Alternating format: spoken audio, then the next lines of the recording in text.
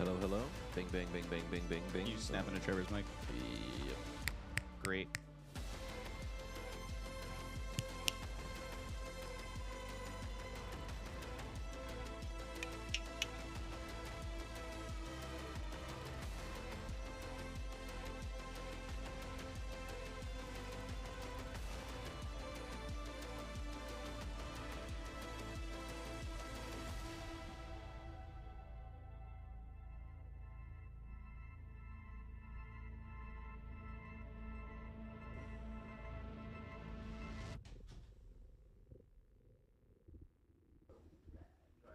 Oh, what up? He's in here. You can leave him in here. No one else is here to love him, so I'm seeing if he'll just cuddle on that couch for a while. Poor unloved Lupin. The most unexcited I've seen you to see me this morning. You're jumping on me. You just came up and said, You gave him a big long walk, tried to wear him out before everybody got here. I see. Hopefully it worked. At least it seems like it. Yes, the signs are positive for right now, that's for sure. Yes, I was very. I was like, it was funny because like leaving here and then going to work. I was still in, I guess performance mode. So like the whole time I was just like during shift, I was daydreaming about this campaign. Nice. Like people kept at, I have a couple people there that play D&D there. They're in their own campaigns right now. None of them, they know, like only one of them knows of the Cypher system, but the other ones I just kind of I would have to explain it to a little bit. And they It's kind just a different structure. understand it. Yeah. It's more, it seems everybody gets it once you start talking about the stat pools, like, Yeah. and how that works. They're like, oh, okay. But yeah, it was just funny because at work I was just like, ladies and gentlemen, and it was great. I was like, imagine if Ronan was like this. Ronan completely reversing course on like- who he is. Chef now server. Sweet. That's what I did when I played. Am I correct in thinking you did not go back and watch the one I you did missed? not. Awesome. I did that So one. Ronan will still be in the dark about what's out, which is good. Yep. The only one I've ever gone back to actually watch was the one that when Mike asked us to actually like leave the room at that one point. Oh, I yeah. had to go back and just watch it for my personal self, and like I definitely teared up a little bit, so I'm glad I watched it. But the one I didn't watch, I made sure was when the other couple sessions ago I had to leave early. Yeah. Those I didn't watch on purpose too, just to be like extra effect. But yeah. Sweet. Yeah, I was looking this morning. Outer Worlds 2 is out now. Heyo. Anyone who's played Outer Worlds 1 knows that it's a fantastic game. Very much a D&D style, dice rolling style game when it comes to like attacking and all that. And when I first replayed Outer Worlds recently, I made Ronan boss. Like this was before our campaign, right before it, when I had his name That's already nice. set. I basically made him in Outer Worlds and tried to play him as such.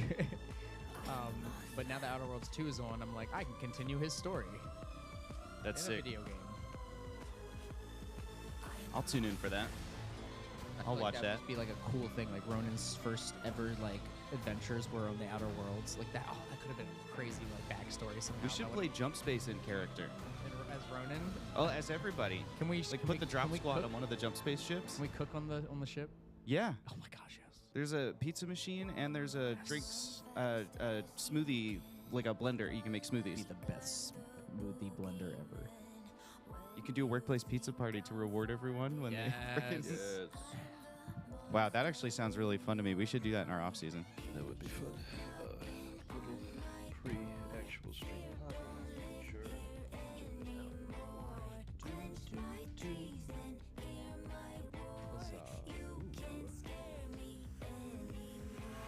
I have an ability, but there's only like certain people I can use it with. So, because like, I was like, oh, can I use my ability here? I'm like, no, like, this won't work. At the right time.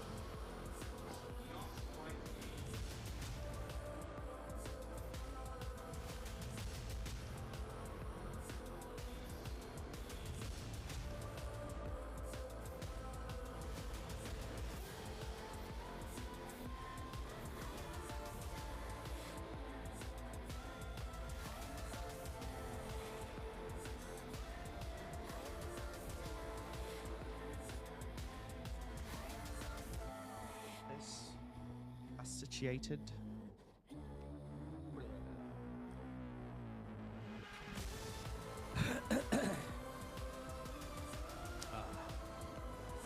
I finally got hit with the question my lovely mother always asks every November. You know what time it is? You know, and she'll send a text out to me and my sister, send us our Amazon list for Christmas gifts and all that. And I'm always like, because my mom knows that every time she's asked me, even when I lived at home for years, the same answer was, just give me gift cards. Like, I know what I want. Just give me the gift cards. Like, you know, it's not that I didn't exactly trust him. I trusted him. My mom was good at getting like the stuff I, wouldn't always enjoy, but like, it was more like I knew I could get the item, like the exact item I wanted, like with the cards or whatever. And then I think 2 years ago, or my first year when I moved out, my mom like put her foot down. She goes, "No." She goes, "This is Christmas." She goes, "I need a physical item on this list, or you're getting nothing." I was like, "Oh." I was like, "Well." Oh. And that's how I got that Scuff controller that I've literally only used for Rocket League. Nice. It's a nice controller, but I'm a mouse and key player, so like it was just been on my Amazon. Jake's got a lot of opinions about Scuff controllers. Unfortunately, I can't remember them. I've never really been a controller guy either, so I don't If he wants one, I'll sell it at a very, very discounted price. Because I know it's like a $230 controller, and I'm willing to like give it up for $50. Good grief. If anybody really wants it. Mike, you want it? Huh? No, I don't have a spare $50 for a controller, sadly. No, so this year, the only thing I really like I guess need that's a physical item is like I get another SSD. I have one more slot I've never used that's actually behind my graphics card. So I think if I just put 1 more terabyte in there, that'll solve all my problems of me having to constantly uninstall and reinstall games just to fit other games. You know how many times Halo has taken the L for the uninstall? When I've had to sit there and vote which game, I'm like, I was just thinking, to be back in the days where a single terabyte would solve my problem. Oh my gosh. I know, I'm so, like, because like everything else that's taken up space, minus the games, is like all the other videos I've actually recorded, / like, shit ton of screenshots. Oh my gosh, I have screenshots on screenshots. I'm a big screeny guy when it comes to video games. Are you and Jake actually the same person? I just love taking screenshots. If you ever go into my my Discord, my stream Discord, and you go down to the Sea of Thieves section, in that general chat, it's nothing. Lean this on the back wall or out of the way. I'm just lowering this stand. It's nothing but just like Sea of Thieves. Like after our sessions, we'll take like a squad screenshot, and it's always themed. Like we're always like dressed like the same, or you know, if it's a holiday, we dress our pirates like that. You know, we've done it for other video games too, but. That's how I save my moments as well. Let's make a scrapbook, but with like video game screenshots only. Nothing wrong with that. No one. I don't think I've ever seen that. That'd be awesome. That'd be like a cool gift to somebody. You could do a calendar, like screenshots you took that month could be the. True. Make a oh my god, Sea of Thieves like holiday calendar would be really cool. I'm gonna actually hit up the squad about that. That's an amazing idea. You have amazing reflexes. Well, I didn't get to be captain of this ship for nothing. So no, obviously no one can see, but Josh almost destroyed his iPad just now, and within like a second, saved it with a quick grasp. That's my first and only nat 20 of the campaign because the DM doesn't roll in the Cypher system. Little stand. Poor man. Oh, I think I hear the presence of a Clear and a Trevor. Clear and Trevor. Hello. Hello. Oh. Welcome. Oh, look, she's got this shit. Oh, it's a night. I should put my cleanup crew shirt on. Got the cleanup crew. Oh, okay.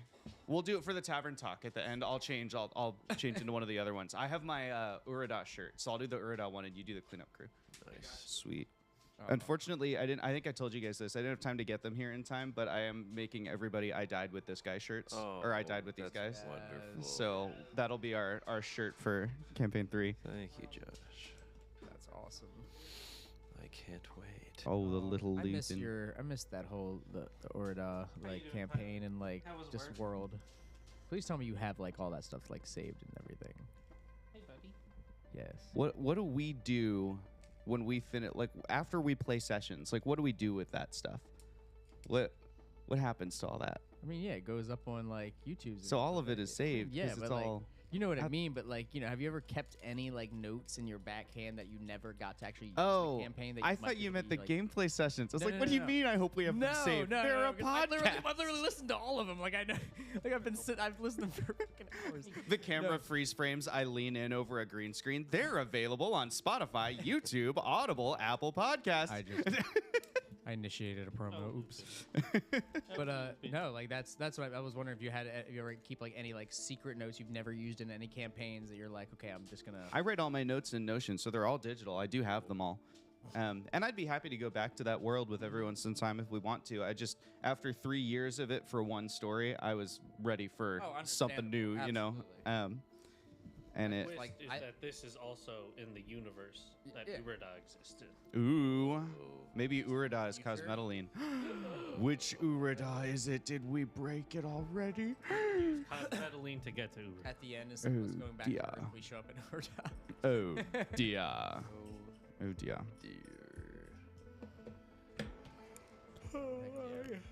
Hi. So what's up, Trevor? Yo, how was work? Oh. It was. I mean, it was good. Like, no, don't get me wrong. It's just work. That's Yeah. all. I was just telling him how it was like when I left here and I went to work. I was still in like performance mode, so it kind of made it a little easier. Yeah. And then as the night died off, I was just like, yeah, I'm dead. Yeah. 'Cause I I'm went to dead. go home. Diddly dead, dead, How dead. late did you work? No, it was like I said, I got home around like 11:30ish. I want to say, like it was definitely after 11 when I got home. And I got home. I ate some of the rattlesnake pasta that we have. Ooh. It's amazing. Yeah, it's tough. Oh yeah, took that home. And of course, you know, when you like you could be tired as anything, and not everybody gets the same feeling, but like at least for me, sometimes I'll be like tired, exhausted. You know, I'm ready to go. As soon as I walk through my door, it'll just be a random burst of energy that hits me, and now I'm just up for the next hour or two. So unfortunately, that's what I dealt with last night as well. So I sat down and I'm like, okay, what do I do? I was like, all right, maybe I'll play the new Call of Duty Zombies. I do not recommend playing the Call of Duty Zombies. If you want to save any brain cells or any like thing you have left, don't play this new Call of Duty at all. It's It not is good. horrible. The multiplayer is honestly, for first time ever, the multiplayer is probably the best thing they have, and it's still trash. Oh. Because like the multiplayer is just the same thing as always been, which Yeah. is at least that's been consistent. The campaign, I'm a big campaign guy. Usually I'll play that. I'm also, you know, also if you've watched my streams, you know I'm a big zombies guy too. Yeah. I've done all those camo grinds. But this zombies is like brain rot essentially. And so How so? it's like, so these boss battles are like Elden Ring style boss battles, which is like Trevor, is that your coffee? which Yes. is You might want to bring that to the table with you just so Lupin doesn't oh yeah. get into it. The last thing we need is to caffeinate the dog. Yes. And the Easter eggs, usually in most Easter eggs, like it's not exactly an Elden Ring style boss battle. It's just like because there's no like different forms and stuff. But with this is like you'll literally like kill the zombie and you'll think you're be dead, and then all of a sudden they round two and then they come back as a different form, and it's like multiple ones of this, and you're like, all right. The whole time the world is supposed to like have that old school Black Ops 2 feeling if you ever played the old ones. And it's they mess up certain things to a point where like if you're really an old fan, you're like, you're so close. Like it's one of those like so many like weapons that they have there that like almost recreate like the old school feel. But and then I don't want to start about the campaign. I'm solely gonna stream the campaign just so I can clip farm because that's how bad it is apparently. Dang. And I'm a big campaign guy, so I'm gonna be very upset if they ruin my shit. Can I just add something unrelated? Absolutely. No. Trevor, Yeah. All right. Well, he said it. you didn't eat my I didn't we eat ordered anything. food, and you didn't eat it on the drive here. No. Why? I didn't because I was driving. Yeah. Your food's still upstairs. It is. Okay. We'll have it later. Yeah. Cool. Good talk. Good talk. Talk. Good talk. You guys ready? Yeah. Absolutely. You feel great? Yeah. Oh yeah. You feel vibrant? Yeah. Vibrant is a good word. Alive. It's alive. breathing, Jimmy. Well, in that case. Oh, it's time. Oh. Oh, baby. It's time. Things are happening. The ground's shaking.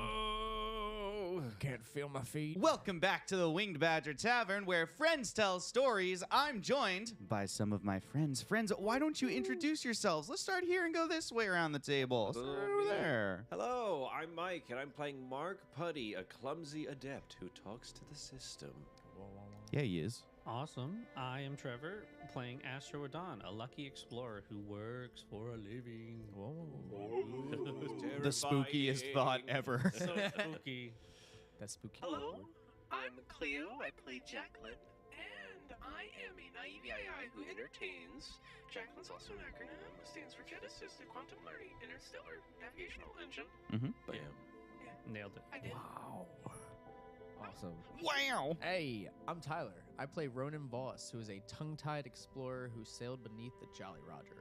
And I'm Josh, the Winged Badger Game Master. I'm dressed as Captain Chet Gamma, but I'll also be playing everybody else. He's amazing. Whoa. Including, right at this particular moment, Uh-oh. helmswoman Saren Peters, who crackles over the communications link to the dropship as Ronan pilots out of the asteroid field. Aurora, we read you.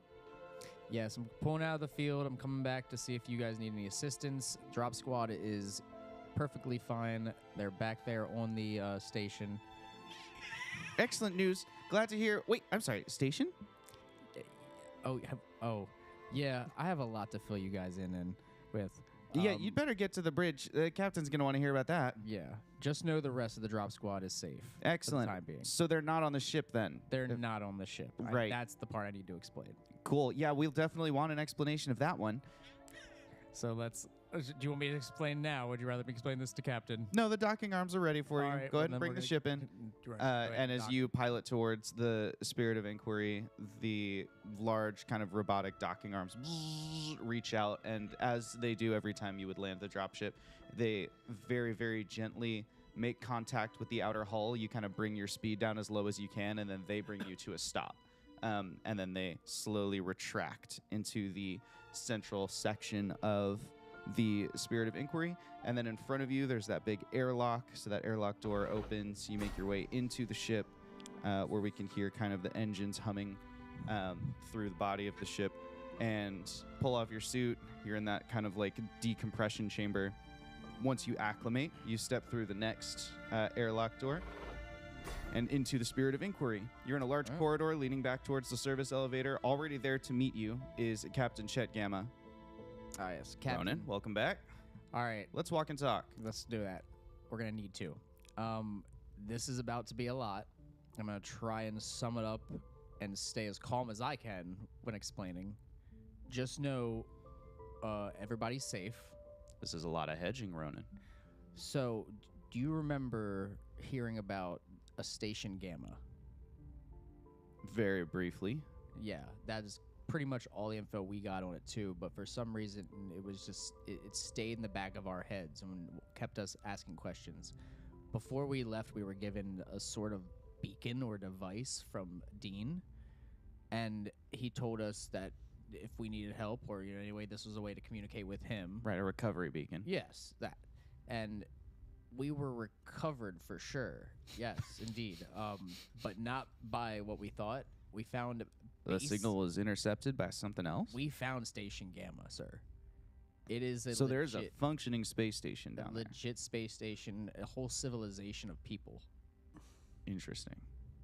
And, And I assume that's where the others are. You left them on Station Gamma. correct. People, We've- you mean humans. humans. So this is human not a beings. first contact scenario. They seem to be from the UK space The- what? Oh yes, I guess you wouldn't know that. They they seem to be a little bit out behind on their technology and stuff still. So they seem like they're very modern, I guess. Are they out of date or are they up to date? Out of date. That's what Ah, I I meant to see. say. Okay. They're modern, not postmodern. Oh, yes. but it's a whole space station of people, and we've met with them. We've met with their the historians there, their military personnel, and we've explained to them they were under the impression You arrive at the elevator, step in. we were under the or they were under the impression that we were coming to drop them off with supplies, that this was a supply mission. We were not even told that there was going to be another human life out here. Yes, we're out here looking for cosmetalene. This would be a sort of sideshow objective. So The elevator opens again at the bridge floor of the Spirit of Inquiry. we've gotten some information from their historian. We've learned that there's about 8 more of these space stations apparently that were sent. How long have from they been Earth. out here? They've been out here for hundreds of years. A retinal scanner scans Captain Chet Gamma's retina. The door to the bridge hisses open. And this is the only one that they found. Apparently, they don't have contact with the others. They were all sent from different directions into space, but apparently they were the reason that the cosmetalene hit Earth, supposedly. So this station is hostile. They're not at all. They don't even know what they did. From what it seems they're talking, they have no idea what's going on as well. They're Well, in this the is a very darkness just as tangled we are. web we're weaving. But the only thing I'm wanting to make known is Dean knew about this station Gamma, and always tried to keep it on the low. So Yes, I think a conversation will have to be arranged with Dean Lagrange. we might have a secondary objective out here that no one was told about.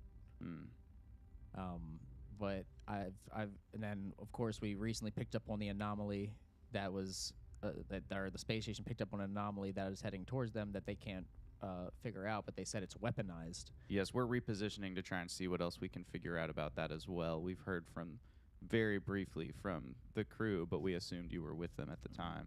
No, I think it would be best just for me to come back and check and to relay what's going on. Certainly. The rest of the crew is safe indeed. The people seem trusting. So Jackie has sent us a compromised signal telling us that there's something amiss with the communication system. So I'm glad that you were able to come here and relay all this to me in person. that was mainly because it seemed that our communications were going solely through Dean, and that it was being bounced back anytime we wanted to relay it to somebody else. I see. So that's another reason why we needed to make sure we came in to the source. How are we doing on the reposition, Helmswoman Peters?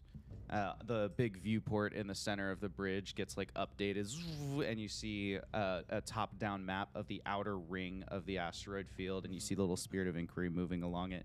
You see a question mark way off in the distance moving towards it, and then you also see the recovery beacon.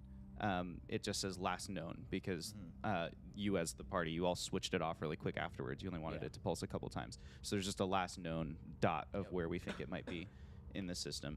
And you can see that the Spirit of Inquiry is kind of repositioning around the outside, and it's also climbing vertically so that it can hopefully get to a place where it can beam down to the system as well. They're thinking maybe there will be less interference from above the field of asteroids. This one is pretty tall, this field of asteroids, so it's not going to be as clear cut as go over the hill and then I can see, but they're going to try. So it's less of a disc shape and more of a donut shape.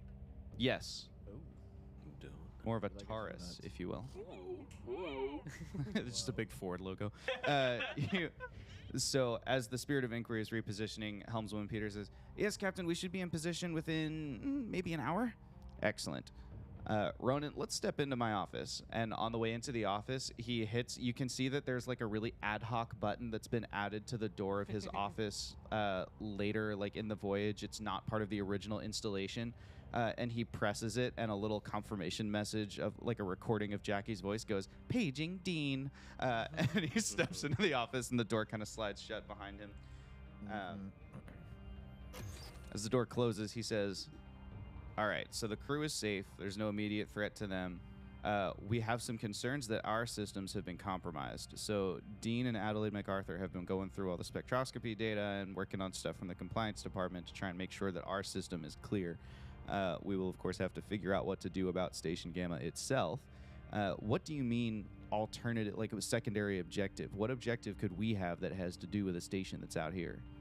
Well, when we got there, they just kept questioning us about supplies. They kept asking us, "Are you the supplier? Like, aren't you here to give us supplies?" So they're anticipating that we were bringing them, like, what, food? Correct. Basically, food, medicine, things just get through, and we had no idea there would even just be human life out here. So we were just as in the dark as they were. So we shared stories and shared information that was kind of more, I guess what you could say, important to share at the time. But we got a good understanding of each other, and it just seems that they were just left out here to die, it seems, like, in a way, or just forgotten. Interesting. So what has their objective been? Like, what is the purpose of there being a station this far out in space? Well, they Are were they out here looking for cosmetaline? Yes. So how long have we known about cosmetaline? That's what I'm trying to figure out. The door hisses open as Dean Lagrange steps into the room. That seems to be a rather more complicated question than we might have anticipated, Captain Gamma. Dean Lagrange, resting on his cane, walking into the room, red suit, white hair, big floofy beard. If he didn't look so much like an anime villain, he might look like Santa. Walks into the room, and he just leans a little bit on one wall. He looks, like, weary. His eyes are a little bit bloodshot from staring at screens. There's, like, some extra wrinkles and stuff, or, as he's been, like, compressing and kind of, like, looking at, like, is that really what that kind of thing? Like, whatever is happening right now is taxing Dean Lagrange. And Dean says, Captain Gamma, the Department of Compliance dates back farther than perhaps the central cosmic government of our solar system. And we do have some secondary objectives that, frankly, were written into the rules as like, oh, these are so old they'll never come up. Like that rule about how you can't own 2 horses before, like, they're just things that were in the documents. And it was like, why amend what's historically accurate? This is genuinely the first time that I am encountering the idea that Station Gamma is anything more than a pile of rubble. They fell out of contact with the department long before you or I were born, Captain, 400 or 500 years ago. And to the best of my knowledge, they were out here as a wreckage. I was sent to attempt to reestablish contact with them as a tertiary objective to our course, and it seems we have succeeded, so I guess go us, but I didn't even think it worth mentioning to you because I thought it wasn't a possibility. They sent me with an artificial intelligence that was supposed to be extra good at finding and combing through wreckages of things, a counter-intrusion protocol that would be able to work with fragments of data in order to try and construct what might have happened in the cataclysm that followed. Unfortunately, there is not an implosion of the space station. It certainly appears that there is simply a station in position. And yes, we have some surplus supplies on the off chance that we had to reload that station with things, but it's all news to me that they exist. Let's be really clear about this, Captain Gamma. There are many things I have omitted, but nothing I have directly lied to you about that I can remember right now in this moment. We gotta comb through the logs, Chad. Oh my goodness. Ronan, you said the situation there is stable, yes? As of now, As a tertiary objective of this mission, certainly I think it would be important for us to try and not see them blown to smithereens. So I'm glad to see us repositioning. Adelaide believes she can soon get a bead on this incoming vessel. She thinks she can track it with one of our cameras manually. And so she's going to try and simply, like they do in sports, with the camera there.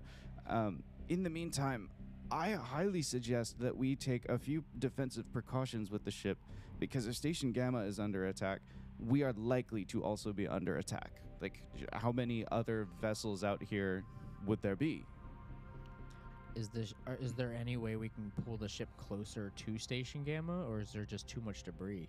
Well, based on the locations that which I guess actually you would know where it is, so you can tell him and they can confirm on the map. This isn't a wondering anymore because you just flew here. Based on the location data from the dropship, it's much too deep in the asteroid field for us to bring the Spirit of Inquiry in close. We can get above it and try and establish contact, which is what we're doing right now. But the actual debris field, even with it being locked in place and static like this, the asteroids are simply too close together for us to maneuver around reliably. I don't think it would be a good idea to bring us in there. We have a second dropship, and so we could certainly have 2 dropships that are down there, but neither of them are armed. We're a scientific vessel. We have a handful of torpedoes, and we have 2 lasers that are meant for clearing rubble out of the way of our ship, or assisting in like large mining operations. DM question: do these dropships have the lasers on them? They don't. Damn. Okay. They would need retrofitting if you were going to do that. Okay. That's not a terrible suggestion, Ronan. Maybe we can get Sam to fabricate something, but probably not in the next couple hours. Also, Captain, the fabrication suite would be one of the things that we're technically supposed to leave with Station Gamma, so it might not be good to like tie it up with something right now.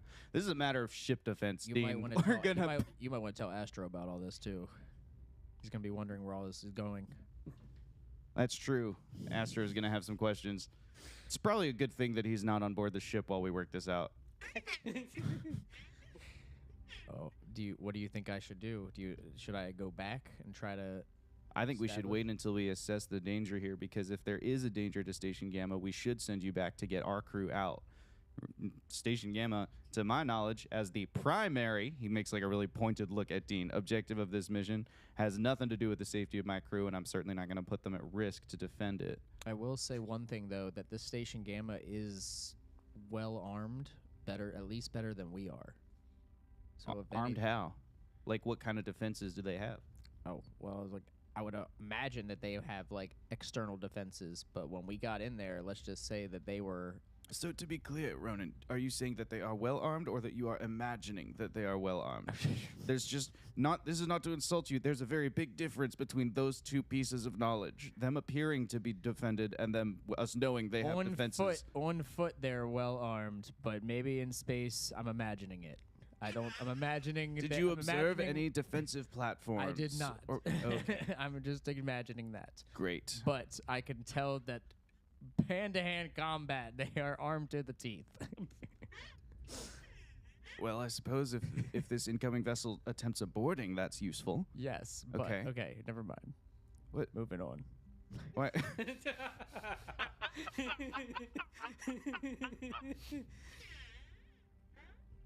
So, what do you think needs to happen next, Ronan? You were at that station. Do you think they're ready to receive supplies? Should we try and offload some things and send them as like a negotiation tactic? We could send Captain Gamma or I down to sort of interface with their leadership. Should we focus on what do you think our priorities should be? I think if either of you are going to come down, it needs to be you, because you're the one that had the information of this station. As the GM, which of them are you talking to? Oh, Dean. Dean. Yeah. You're the only one who had the information and data of this station, so I think it would be best if you joined me on this. I do think it's wise to bring some supplies with us to show them that, hey, we can still help a little bit. Like, we didn't know, try to keep the peace. You know what I mean? I think we're doing a pretty good job at that, but maybe some extra supplies will reassure them. So I agree with that. Your thoughts, Captain Gamma? As the players, what do you think is the most interesting outcome of this conversation? Do you think the most interesting outcome is that Chet Gamma says, yes, go? Do you think the interesting outcome is that he stays and he says, no, get my crew out?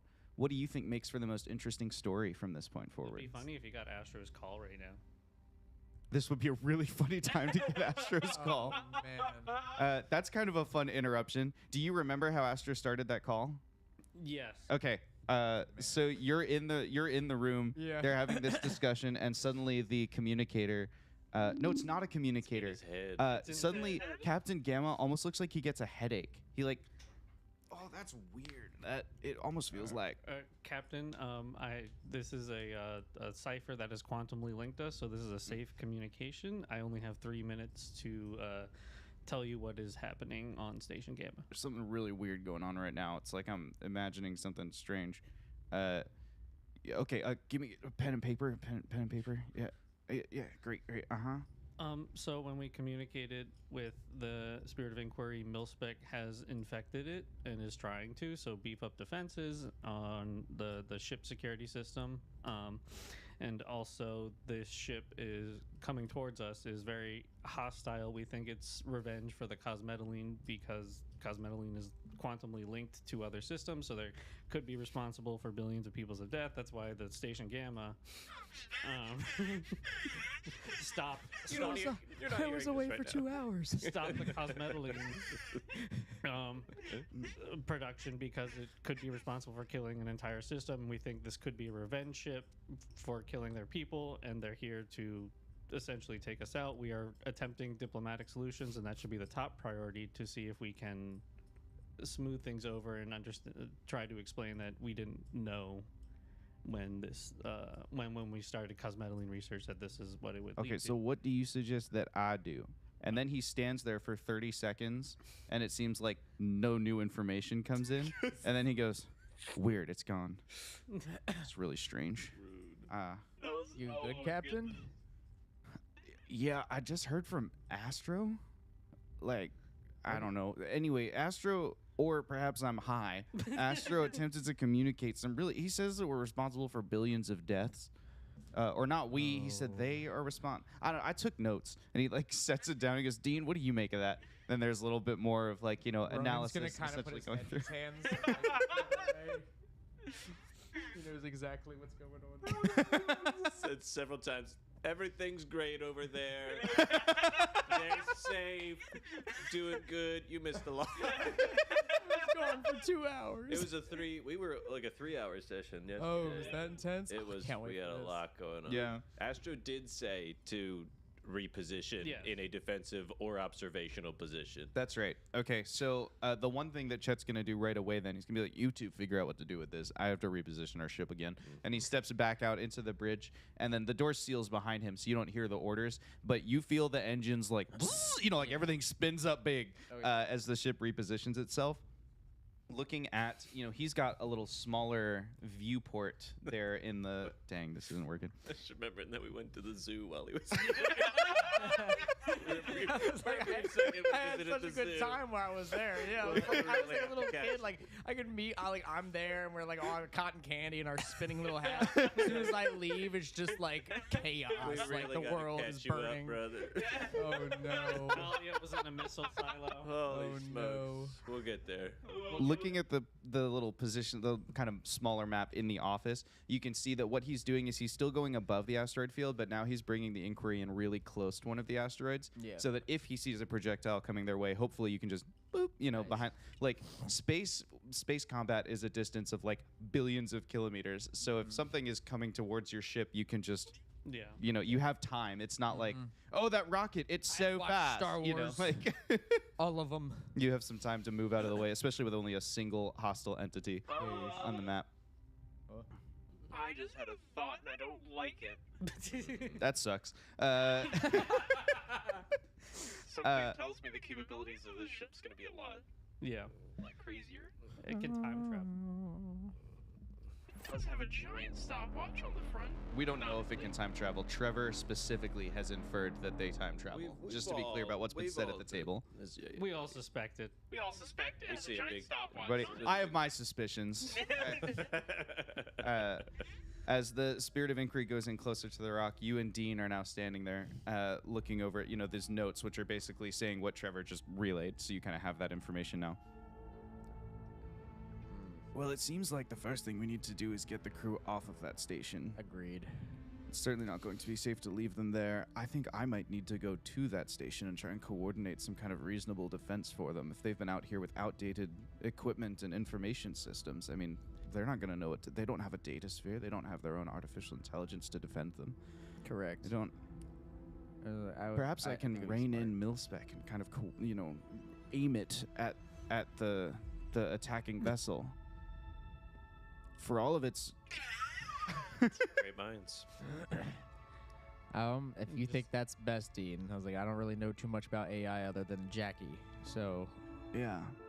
Why don't you get the dropship refueled and go through the pre-flight checklist for it so it's ready to take off when Captain Gamma and I come to a conclusion on what needs to happen next. All right, I will do that then. Excellent.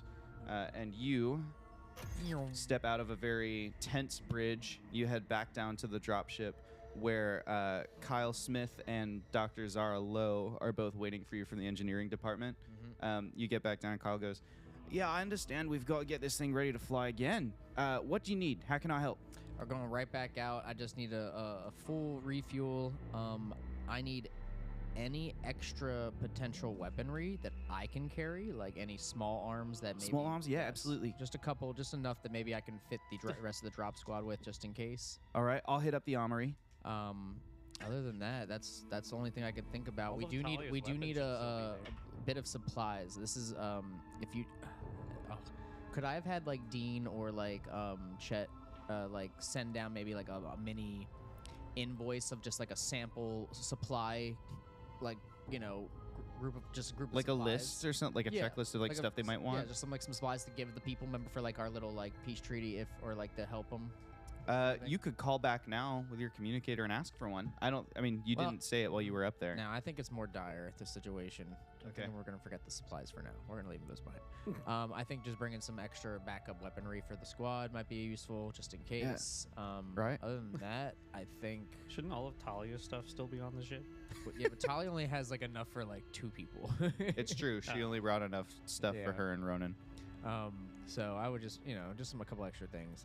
That's when it just comes to that. Maybe like throw. No, I think we're good actually here. And that's really all I can think of right now. Just All right. fuel Well, it when up. you finish your checklist, meet me in the holodeck. I'll get a list of possibilities, and we'll kind of build a kit together to get you what you need. Word. Right. Sounds good. And Kyle heads off, and so then it's just you and Dr. Zara Lowe. She's already got the refueling tank, and her suit is on, so she's already outside the airlock, kind of plugging that thing in. But over the comm, she says, "All right, so we'll get you refueled. What else do you need?" I wish I could put some weapons on my ship, but I don't think I can do that right now. Not easily. I suppose I could take one. Like, I could literally take a torpedo out of our torpedo bays and just kind of anchor it to your ship. It wouldn't have any targeting, but you know, you can point and shoot. Can we do that actually? Yeah, let me get you one. Alright. And then she, We'll make it work. as a reminder, it's going to affect your weight distribution, but with the comms array off of here, I think you should be okay. Sounds good. Great. And she's already outside of the ship, so she just kind of pulls herself, like in 0G, she just maneuvers up to where like the outside of the torpedo bays are, you know, and she like overrides the doors and they slide open, and she literally just, it's 0G. She just pulls a torpedo out of the torpedo bay and then kind of hustles it, you know, over one shoulder, like kind of climbs her way down, and gets it back to the ship. And so she's going to busy herself anchoring this. I can handle this if you want to go and get with Kyle and figure out what you need for your other equipment. Perfect. All right, that makes me feel a little bit better. All right, so he'll run down to Kyle. Okay, you head down to the holodeck.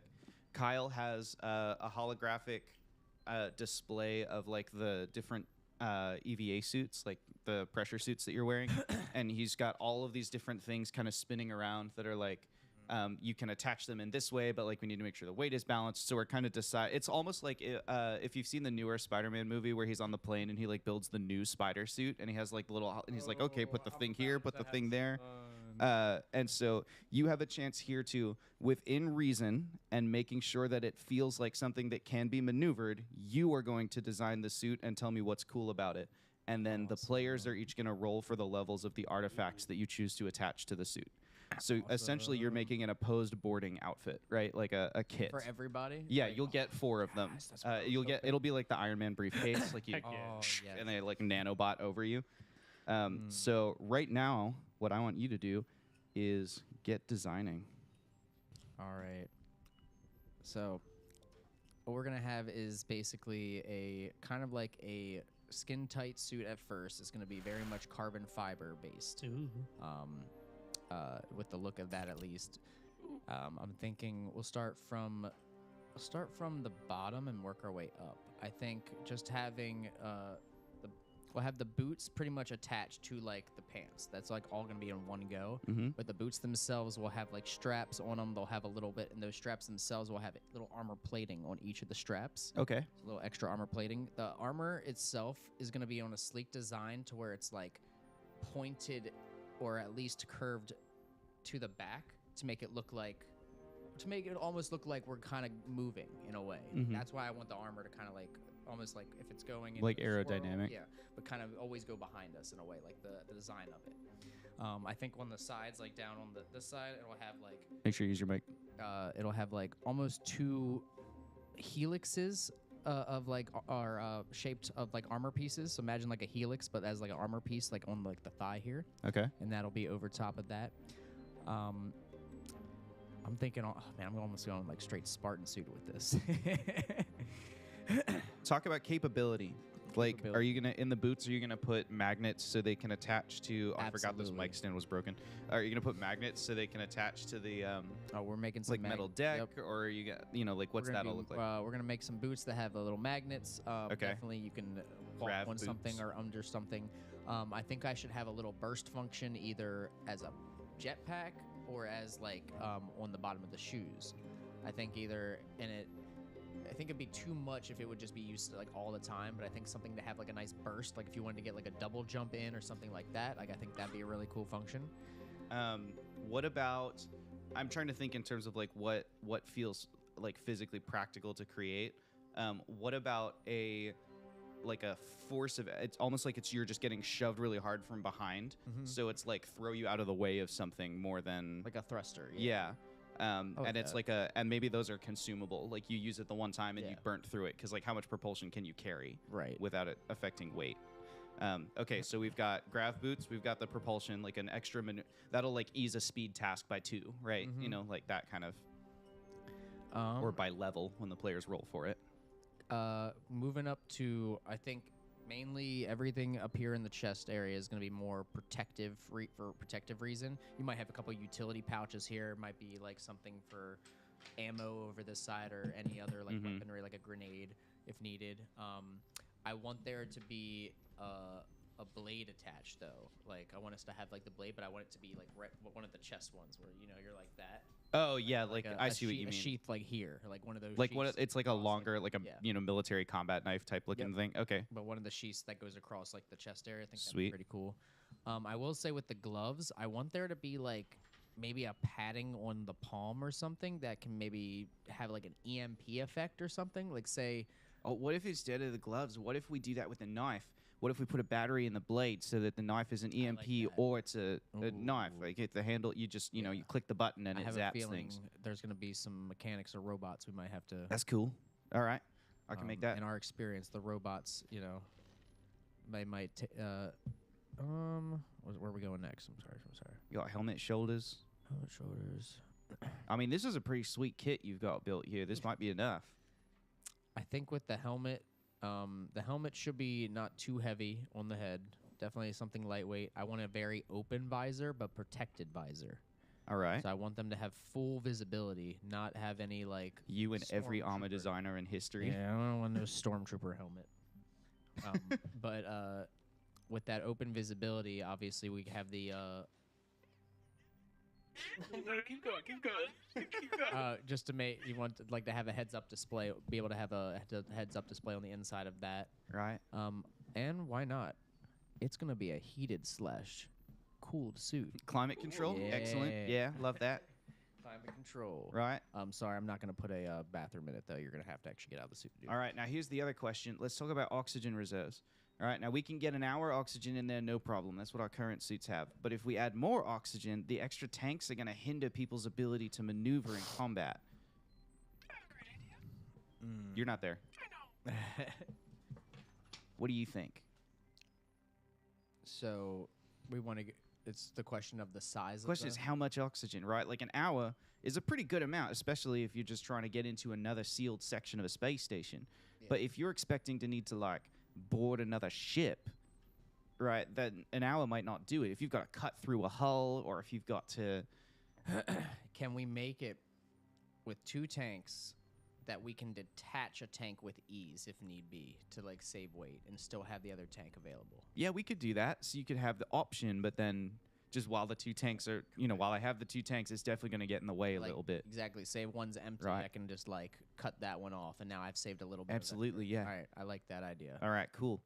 All right, I'll get this thing put together, and then we'll get working from there. Give me a couple hours to see if I can get these things fabricated with Sam, and then I'll get them kind of arranged for you. We'll get that all situated.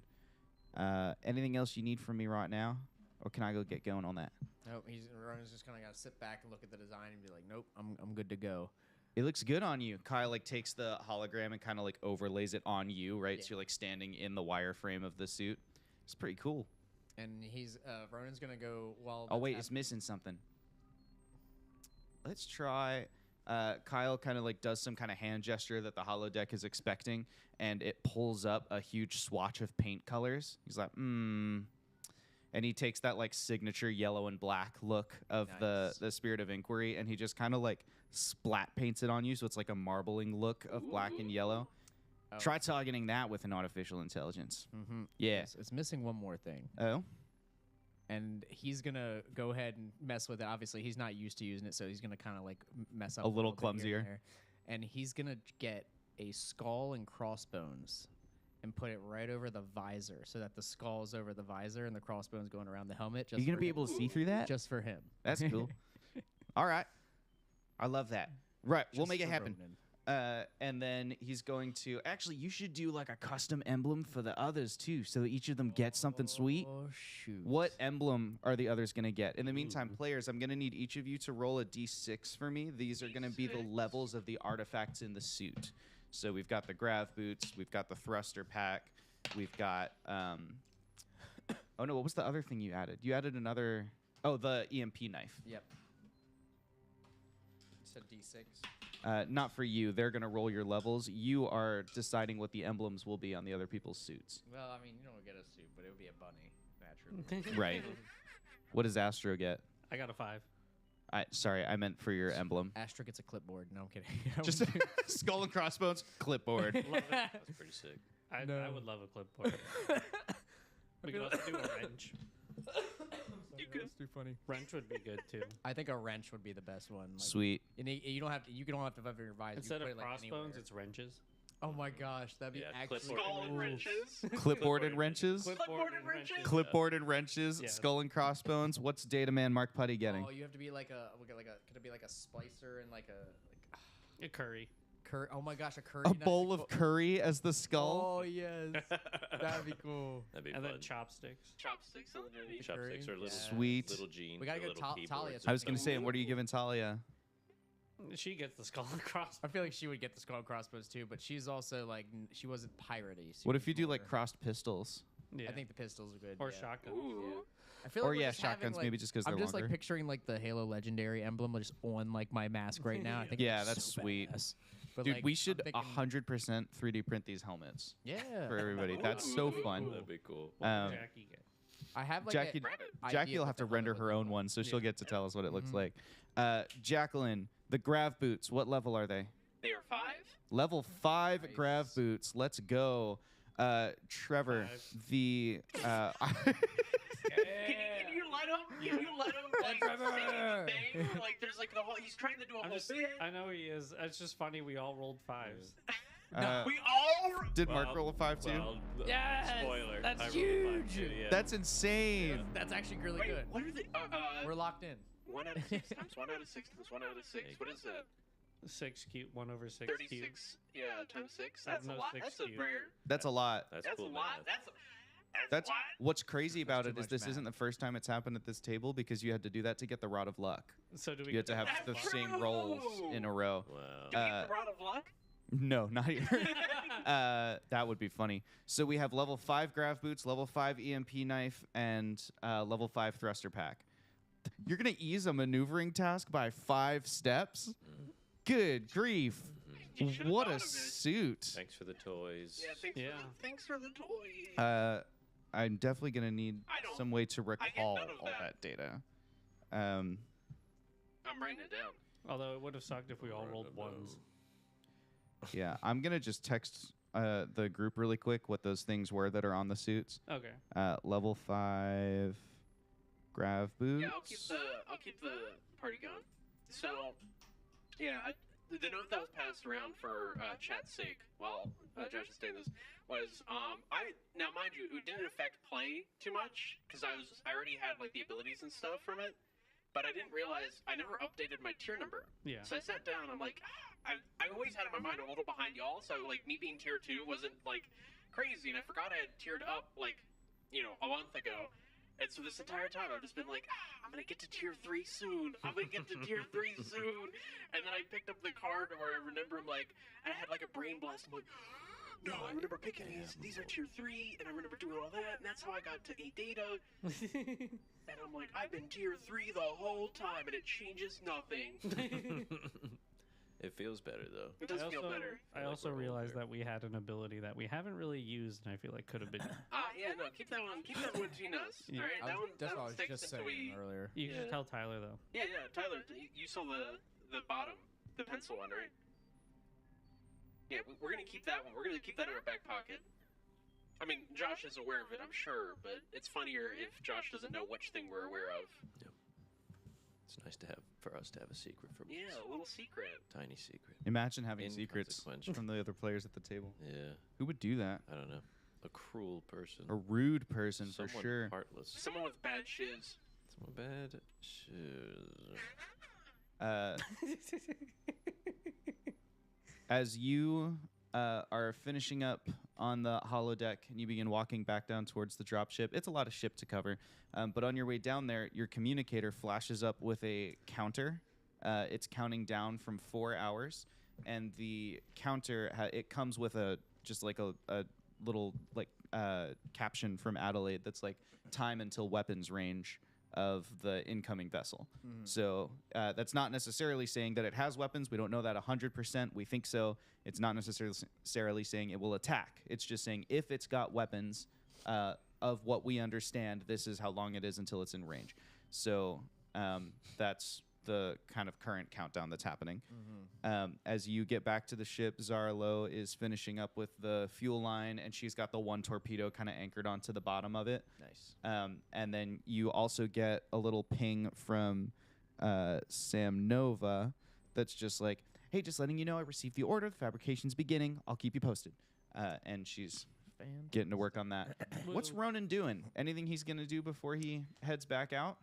Ronan's gonna take this time, I guess, because Or maybe if he's got some downtime before something crazy gonna go happens, cook. where's he going? Is that his Yeah, he's like going- safe place? yeah, he's going to the kitchen. He's Meal cooking prep. for sure. Yeah, he's gonna go to the kitchen. He knows that there's nothing else that He's he can packing do. us lunches. There's nothing else. Oh, you know what? Actually, it's a good idea. There's nothing he can do at this very moment. He knows that, but he's not a person to panic in those types. So he just knows, okay, time to fill my time with something. You should make the best burger you've ever made. Oh, he's literally he's just gonna go. Give it That's to the UK top brass. making he's gonna go and make a that's probably a good idea. Go over there.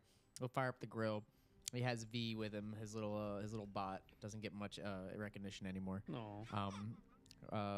And he's gonna start throwing some spices together, making a little extra sauce for his burger there. He likes to have a special burger there. It makes it a little sweeter. We're gonna say throw some bacon together. He has some space bacon. You know. But he's gonna take some little bit of jelly there. He's gonna mash it all up, make that that bacon jam. Ooh. Dang, dude, you're making me hungry for lunch. Put that. He's gonna get a piece of cheddar cheese, pop that on the burger, smoke it a little bit, pop the bacon jam right on top of some lettuce and tomato, and it is a sweet burger. We're live on the air. You can't talk dirty like that. And he's gonna go ahead and sit down and enjoy himself and have himself a little burger there. After he's finished, As he enjoys himself, if there were an NPC who you think it would be interesting to walk into the ship's galley and sit down to eat lunch as well and have a little interaction with Ronan, who do you think that would be fun to see, players? Who is he beefing with right now? He and Victor Meridia are a little awkward because he told Victor to shut up. He snapped at him while he was telling a story. I thought him and I made up though. They did light patchwork. Yeah, there was a little bit of patchwork there. And then, I mean, he never feels great about Dean, but Dean is definitely busy right now. I think He's, Victor would be good. They're talking to people. There's Kaya Smith, who's his buddy, True. Arboretum He's been feeling arborist. left out. There's, I don't know that there's anyone else you have a really strongly established relationship with on I the think ship Victor already. would be a good moment. Kaya wouldn't be bad. Okay. You're sitting there eating, and the door kind of hisses open, and in walks ship's medic, Dr. Victor Meridia. Ronan. Hello. How are things going? Victor, with how's everything? it going? Pull up a seat. Okay. And he comes over and sits down next to you. There you go. You come to get food? Are you hungry? Oh no, just taking a stroll about the ship and making this microphone break more.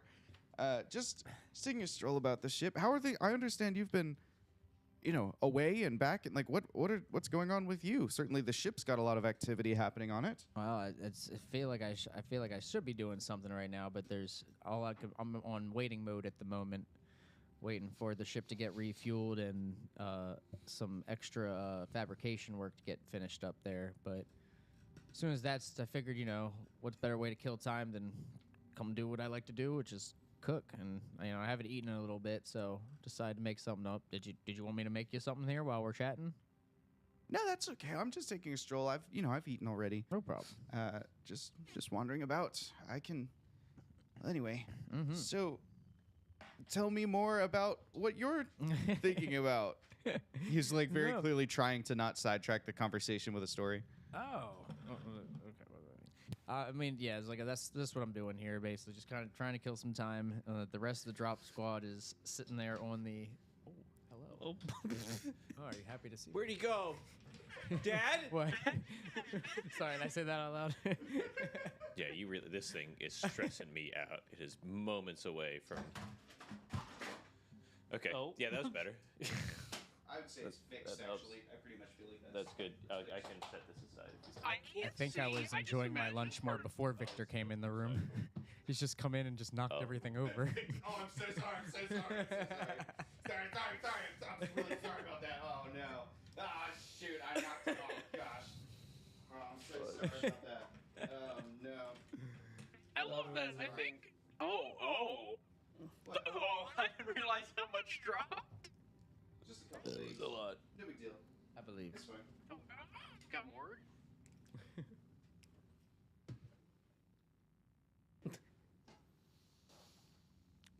You're fine. Oh. Carry on. I have a question for Victor, actually.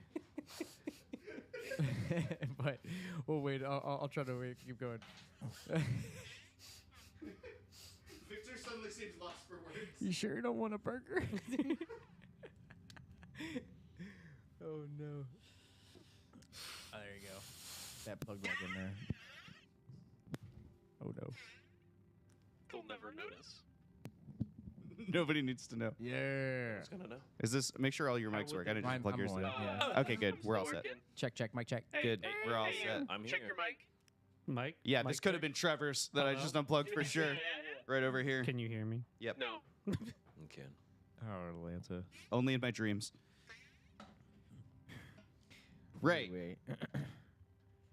Crazy. Did you guys hear that? Felt like a gust of wind or something just What? blew through. That was wild. Oh my crazy. Atlanta. Whoa. Sleepy Lou. Victor, I will say one thing I have to let you know about is that this mission can go potentially sideways. So all I ask is that when I leave, that you stay prepared and on standby to assist those medically that may need it. Proper emergency. It's going to be one of those moments where we're going to have to. You might have to act a lot quicker. Excellent. It's been a while since As I've I had a say, proper I don't doubt emergency your to respond to. skills at all, but just feel like I get at least the heads up. Certainly, just I'll be have prepared. the surgical base spun up and ready to move. I'll get some robot assistants ready to move as well. Make sure we've got everything in place. And just a question for my knowledge, how when it comes to like we have enough supplies medically, like for like how long would you say? Like just think about it. Would you how many people would you be able to say we could supply with these meds? Just theoretically. Supply in what way? We're not drug dealers. That's not what I meant. I mean, it would depend how many of them were ill, I suppose.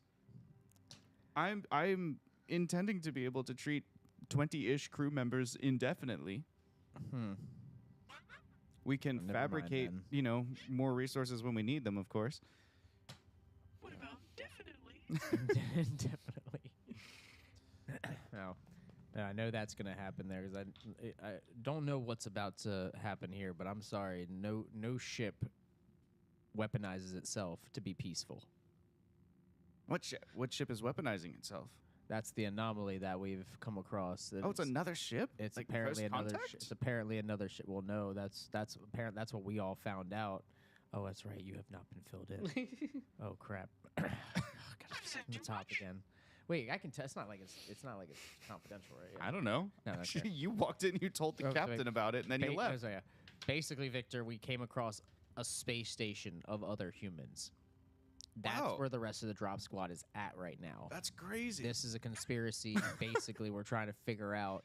It's crazy, bro. The other anomaly apparently is another ship that neither of us, the Spirit of Inquiry, nor this quote-unquote Station Gamma is what they call. That it. seems like a statistical impossibility, that after all of this journey, we would come across two important things at the same moment. That's exactly how we feel. But I was there. I was at their zoo. They have a I'm zoo. sorry, you're gonna have to back up a little bit for me, Ronan. You were where? It's like it's literally a civilization that they have there. In the zoo? This Station Gamma, this space station, is an entire civilization of people. Like, people have been Wow. living here for hundreds of years. Sounds like we're getting a lot more than we bargained for out here. And with that being the first surprise, the second surprise is this another anomaly, which is apparently another ship of humans, but this ship is weaponized. I can remember the So- first time that no, actually, I've never been a circumstance like this before. I've never come across a space station and then had another ship arrive and possibly threaten it. This is new for me. So that's why I wanted to let you know about the information to be ready, because things might hit the fan. I see. I guess I have a lot of preparing to do. If you'll excuse me, I'm gonna head back to the medbay now. And he stands up and, like walks off back towards the medbay. Ronan's gonna take another bite of his burger. We cut from here to probably 2.5-ish hours later. Ronan is sitting back in the cockpit of the dropship. He is getting ready to fly back to Station Gamma. The suits are all loaded up. There are 4, they're like vials of nanobots, basically. Yeah. So you take the vial and you like pour it out on your forearm, and then Iron it Man grows into this. the suit Yes. from there. Straight Iron Man suit. Sweet. And then the oxygen set, like the artifacts you made, are all next to them. So once the suit grows over you, you attach the magnets to your boots. You you Right. put the EMP knife in the sheath. You bolt on the oxygen tanks, all that kind of stuff. But now everything is ready, and just like the how you have the little emblems on the helmets, they're on the lids of the vials of nanobots. So that's how you can tell which one goes to who. Sam Nova sent a note down that was like, your packaging needed a little bit more style. So she like Damn. took some liberties on the packaging for it. And with all those things in place, walk us through like, how's Ronan feeling? What's going through his head? What's, you're about to get clearance to take off, take us into that scene. This is a somewhat more familiar feeling for him once again, like any other time has been when it comes to like flying a spaceship, but solely because he knows that there's I think he knows that there's gonna be some chaos that's about to happen, and him heading off on a ship like that is armed and that he is ready for like a fight basically is kind of reminding him back in the day. This is what he did when he would plunder. Like, this was the feeling, that feeling right before battle, that no matter what happens, I'm gonna go down fighting type of thing. What is that? Is that feeling like a high, or is that feeling like a somberness? It's not. It's kind of like a high. He enjoy. It's like it's something that he like can enjoy and be like, okay, But he doesn't like focus on it in a bad way. He focuses on it in a good way and kind of gives him that little extra energy. That flow. Yep. And he'll pop on the ship's systems, or actually at first, is everything clear? Are we good to go here? They come back over the radio. Helmswoman Peters here. You are good to debark. All right, and you can go ahead and move me out with the arm. There's just a loud as the arms anchor to the side of the dropship and begin sliding it slowly to the side of the Spirit of Inquiry. Now in the cockpit of the dropship, you can see just how close Captain Gamma has brought the Spirit of Inquiry to the asteroid field. Yeah. Luckily, it's not moving, so he doesn't have to really worry about something like bouncing into the ship. But the supply tank at the bottom of the Spirit of Inquiry is almost touching It's some of the most precise maneuvering you've ever seen in a ship of this size, and it really harkens back to like this guy was like an ace pilot before this was his job. Ronan's gonna definitely acknowledge that and kind of shake his head in praise. As the dropship slides out, you see stretching away from you kind of the rounded end of the asteroid field, right? We said it's kind of donut shaped, so you're like right at the edge of it, and you can even see the anomaly, kind of a greenish bluish tinge, just blurring towards the space here. Although from where you are, it's way too far away for you to make out any details. It's just like light glinting off of the ship as it moves towards you. The station Gamma is nearly beneath you. And actually, as the dropship is moved out into position, you also see that the Spirit of Inquiry slides just a little bit further to where it's like the asteroid's not beneath it anymore. It's just next to it. And you can see straight down from you is Station Gamma. Pretty far. It's going to be a long drive for you, but you can see Station Gamma. And in that moment, you get a little bit of crackle over the ship's comms as Station Gamma establishes a comms link with the Spirit of Inquiry because they have line of sight now, so there's no interruption with it, and you get a Spirit of Inquiry. This is Station Gamma, or yes, HMS Deep Space Facility Gamma. We have just gained visual sight of you and would like to acknowledge. Please respond. And there's a little bit of a pause, and then Deep Space Facility Gamma. This is Captain Chet Gamma. Interesting. We are in position above your location, and we are preparing to observe the incoming anomaly.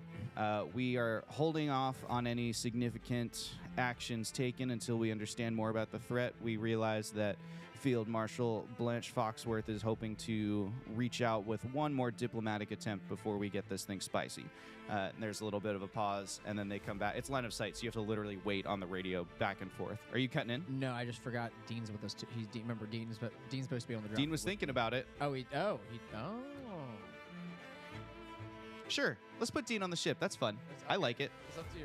Yeah, I think that's a good decision for the story, and it makes sense for the moment. Yeah. So yeah, Dean is over your shoulder, and he's just like one hand on the like rim of your chair, you know, like not on you, but like on the rim of the chair. Would you say he's a good flyer in these situations?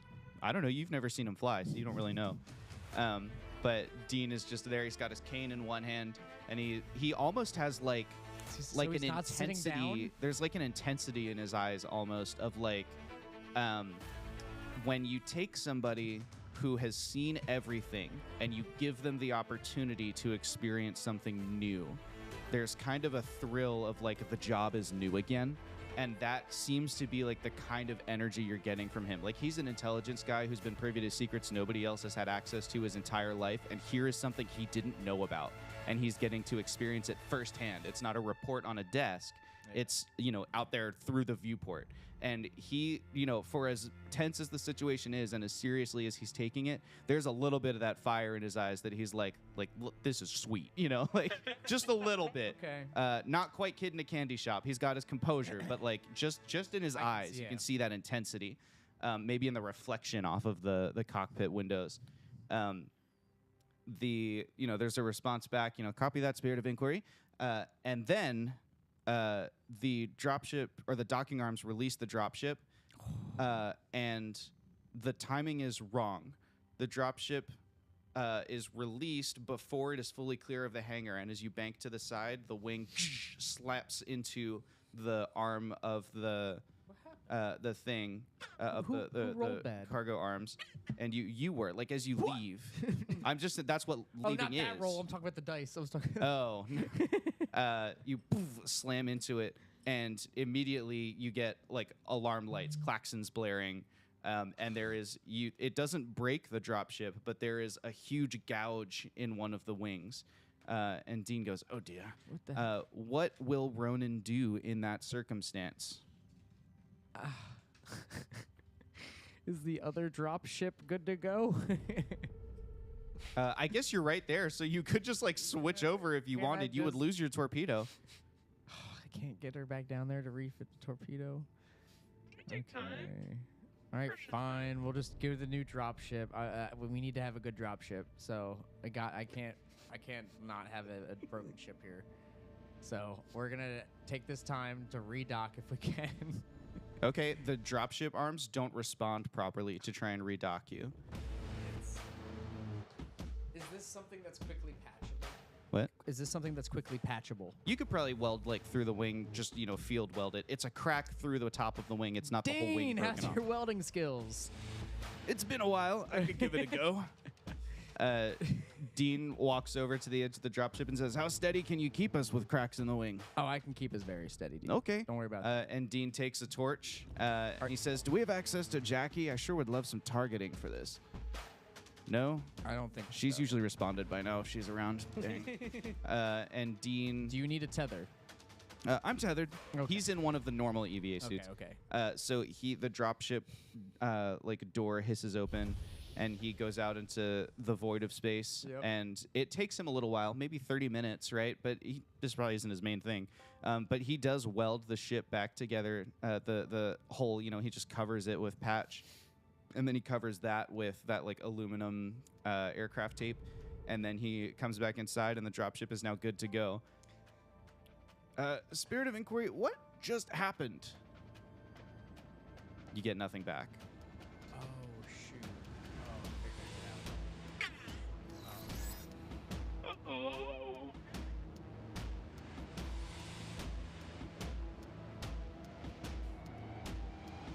Well, I'm sure that they can take care of that. We should probably get going.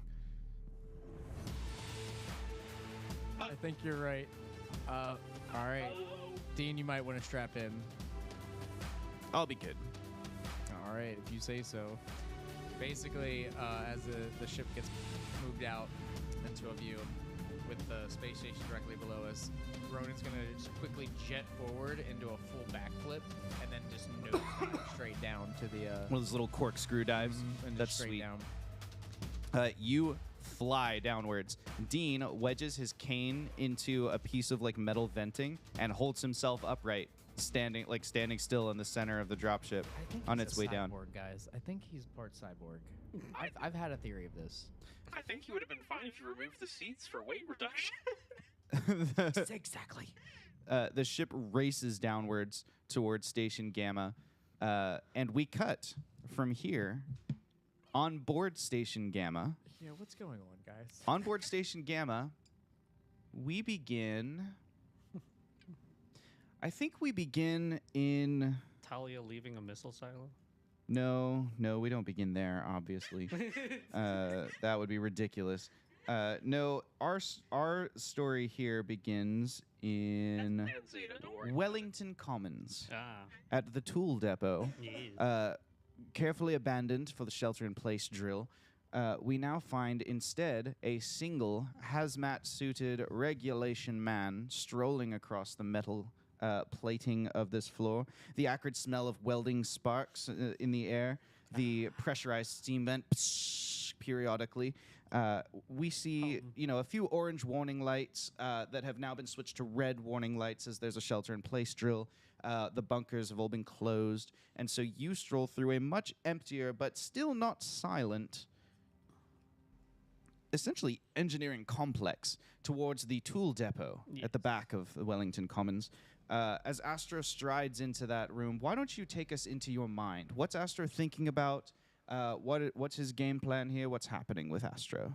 Above table, Astro was tasked with getting materials to construct a different type of missile or to modify it. Astro's trying to modify a missile because their stuff is old, and they wanted to be able to send a fragment of Jackie to do targeting on the missile. And to basically put a Faraday cage on it Okay. so it can't be interfered with.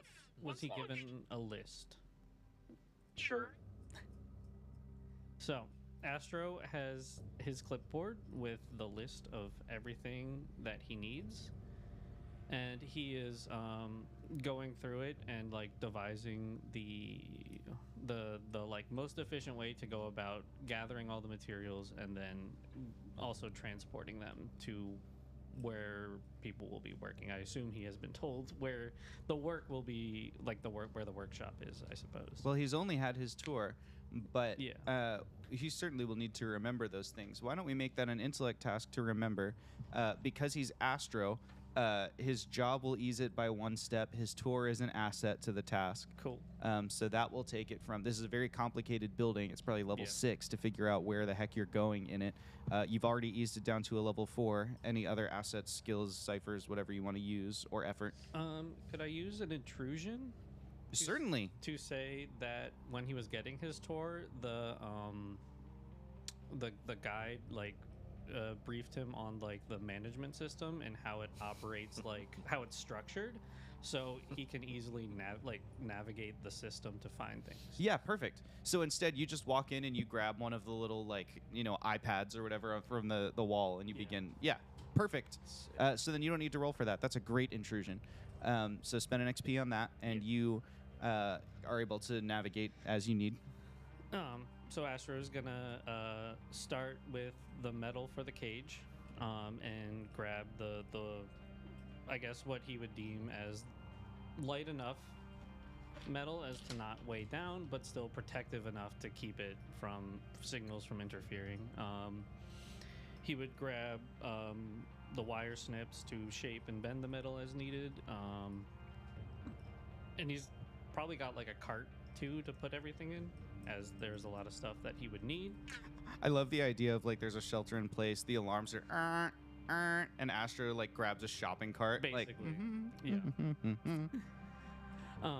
And then he's gonna look for like a higher quality like metal for the missile to use, and to upgrade it into a more modern or like his modern idea of modern system, and the materials needed to I guess like have it soar through space more efficiently.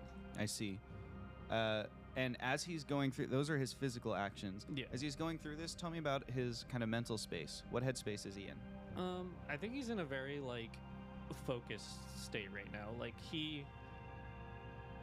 this is his job, and he's always been very good. Like once presented with a job at completing it and putting everything that's going on with him aside, he actually prefers that because then he doesn't have to deal with the reality outside of work. I'm going to threaten you with a GM intrusion. Absolutely, I'll take it. Okay, give away 1 XP. I'll give 1 to Ronan. Ronan, take an XP.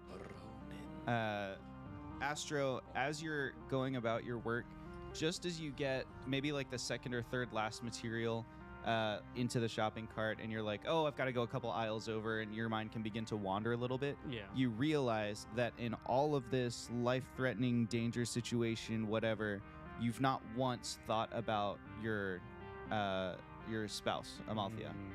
And like that realization hits you. What does Astro do with that?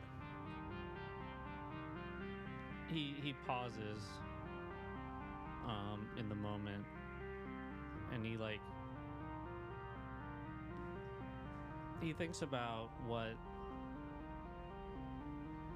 work is to him versus what his marriage is to him, and how he's stated that he's wanted to, like, that this is his last job. He wants to retire. He wants to go home and see her and start a family. But that, like, and that's true, but he also really enjoys having like a job, so to speak, that it's a sense of like control and peace for him in like managing supplies. Like that's has been his identity for his entire life. And he's what, like 50s, 60s, right? Yeah. Like he's pretty, yeah. So him losing that job, I think, is very like shaking to his identity and his core. And he's like wondering if he stops, like who he will be. God damn. I picture him like missing a screw the first time, like, oh, and, like getting as you're kind of processing through that mentally. As you collect the last of your materials and you head back towards the lift system so that you can take your new kind of like, I'm imagining there's like a duffel or something that you've just kind of like filled with the stuff you need. You've grabbed a couple of the tools and that sort of thing, and you're ready to head to like where the weapons and things are. As you're headed back that way, Is there anything else that Astro, I don't know, does? Is there anything else we should see of him before we move to kind of the next space here? He pulls out his data pad and he pulls up just a still image since he doesn't have connection to the ship of Simon. Of his goldfish? Yes. That's incredible. He's Is like- that in the duffel now? Like, are you putting it on top of the duffel? Or, like, where's the goldfish going? It's just a pic. It's just the data. I know, yeah. but, like, where's he putting his data pad? Oh, back in his pocket. Okay, so it's just, like, glowing through the Hive-Is And pocket? And he like as he's going, he's like looking at it, he's like, I'll see you soon, buddy. And then puts it in his pocket. They're there, Simon. They're there. We'll make it through this, buddy. Incredible. You get back to the lift, you clip in, and you're whisked off to wherever you're headed next. In the meantime, Mark Putty, remind me what you're up to. There were several options. Well, I know... Yeah. We agreed you would help with their infrastructure. Yes, I think, yeah. I had my, what's it called? Not the inertial dampener. Yeah, the structural integrity booster. That's right, that I for was like the gonna hull or whatever. Yeah, that I was going to try and retrofit and upscale to get better defense on the station. Got it. So, So you are with, you're definitely with one of the generals then, probably the general in charge of defense, which is at the bottom of this list. You mean the Department of War? No, the general of defense, defense and traffic coordination, actually.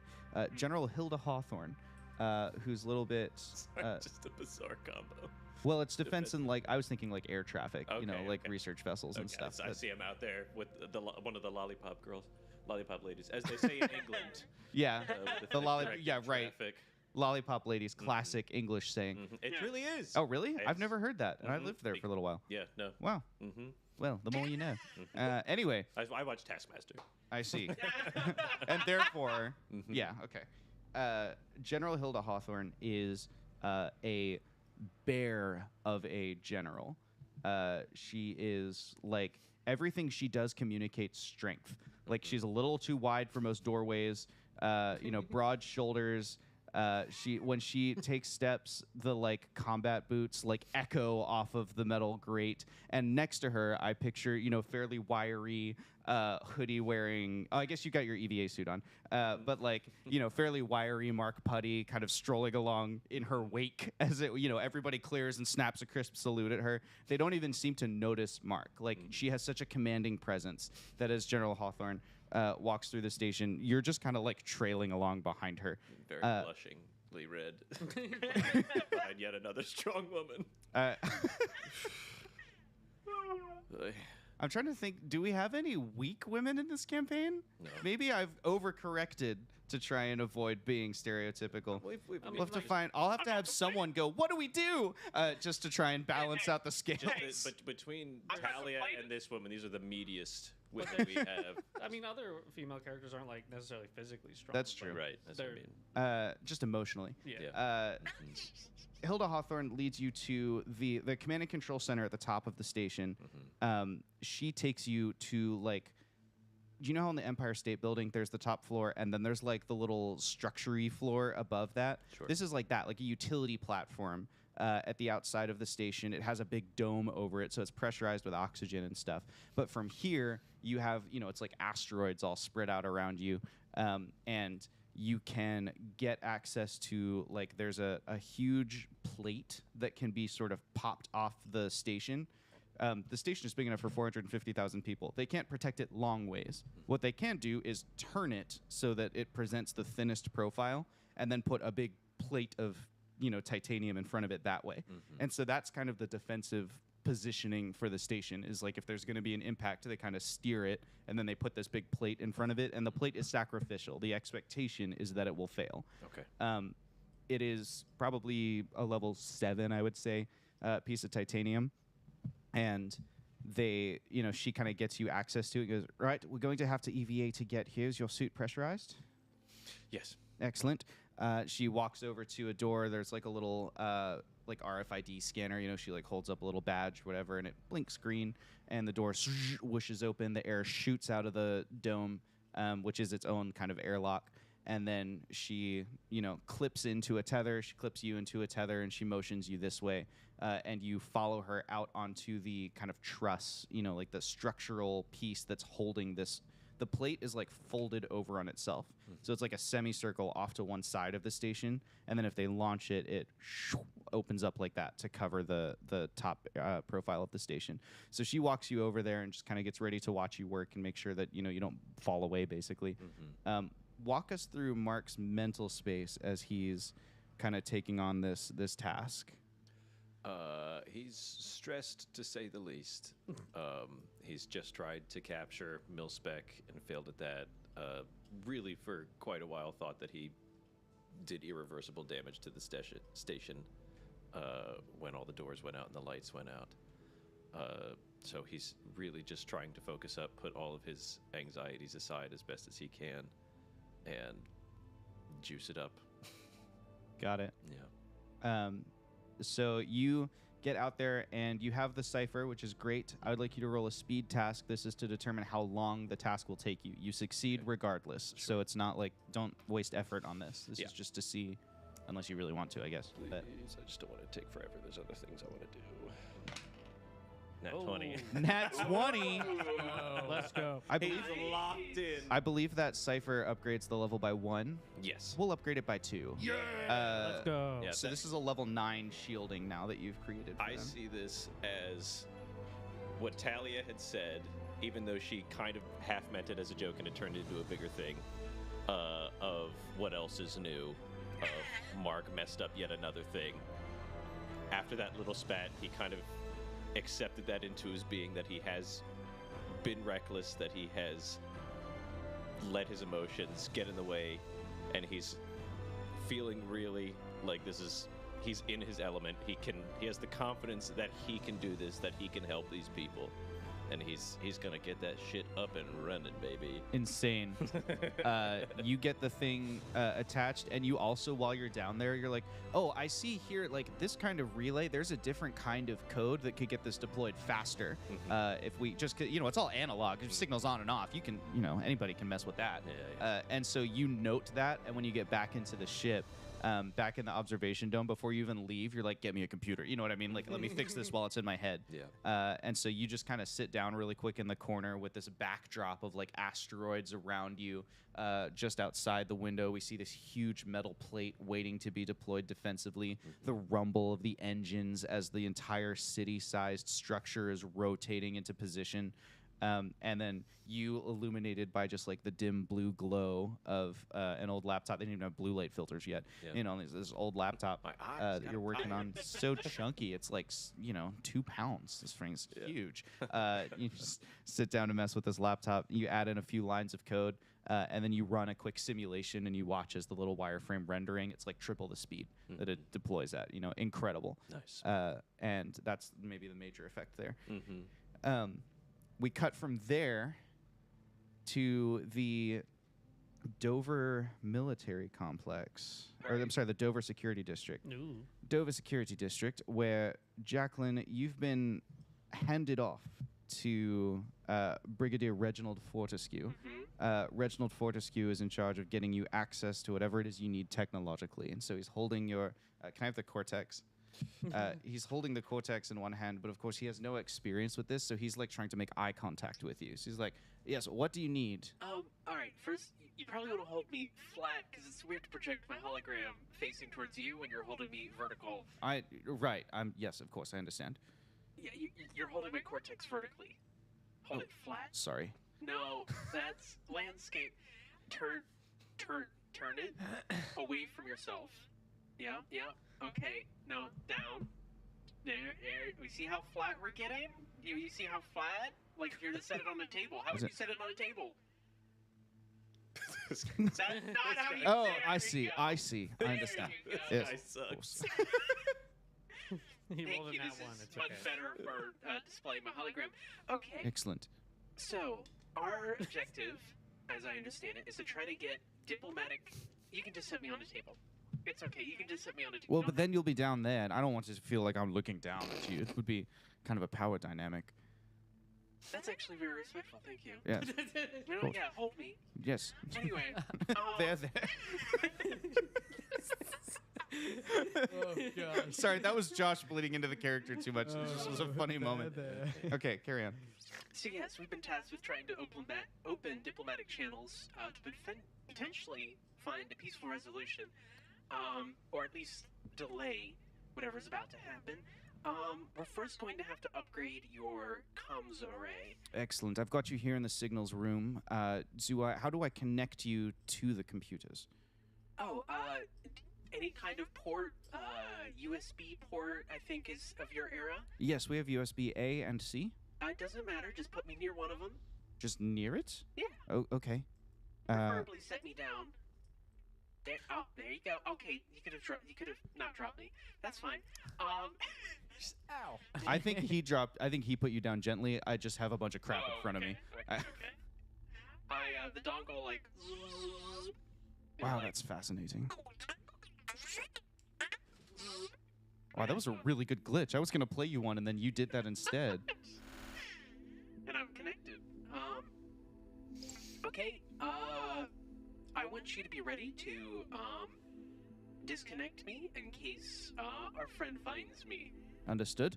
And also, let me bypass these. And he signs in, gets you admin access basically through this computer. So the computer gets elevated to sudo root.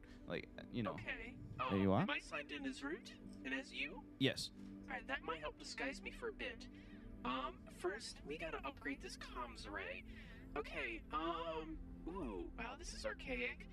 But I think physically, hardware-wise, we can work with this. I just need to change how your algorithms process this data.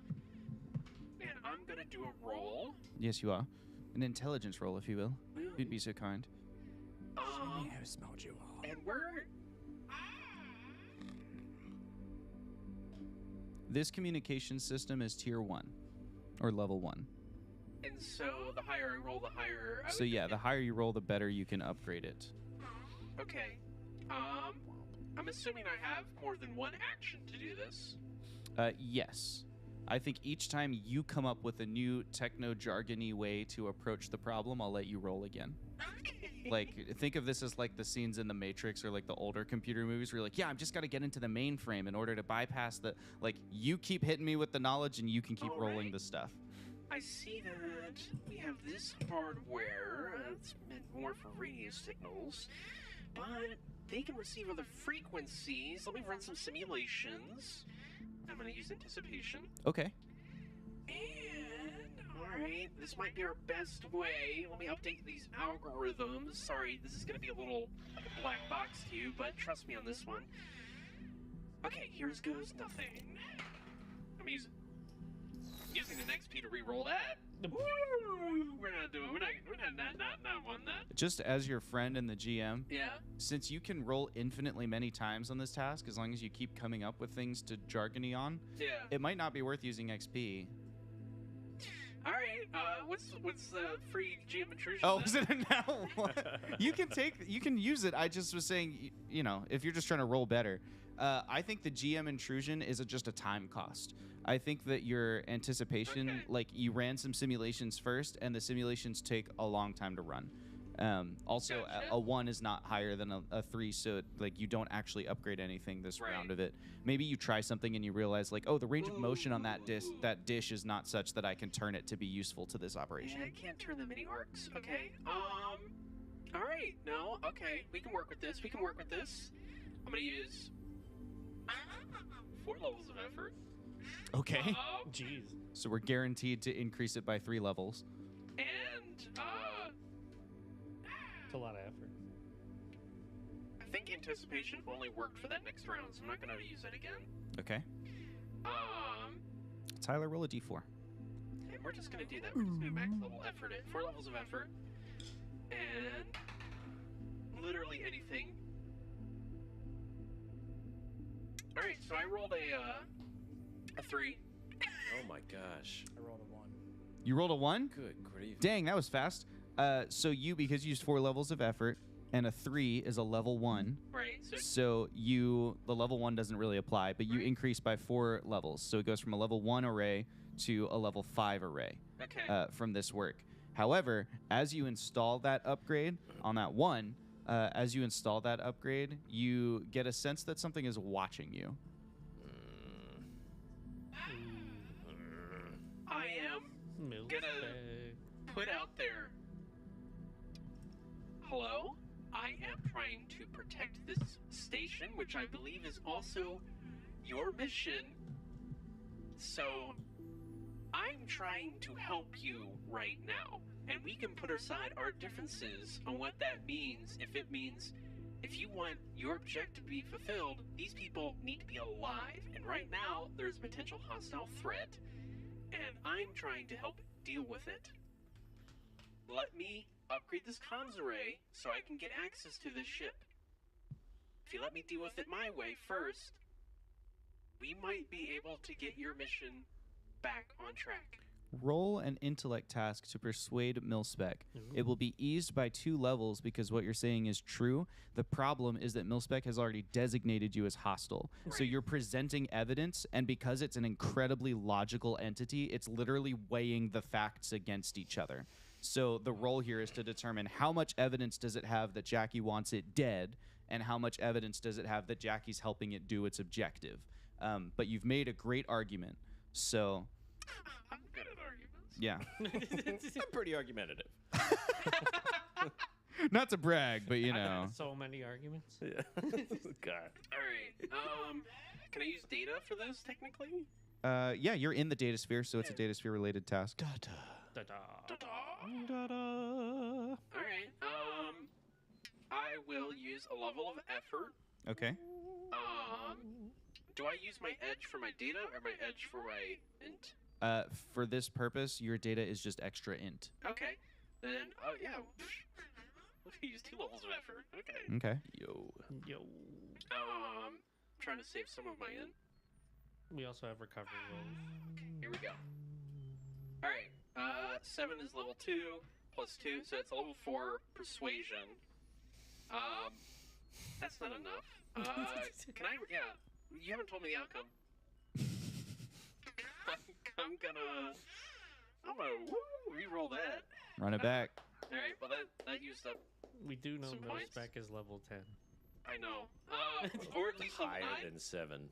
It could be level 9 because he broke through. Oh, yeah. Mm-hmm. All right, higher than 9. Okay, fine, no. 4 levels of effort.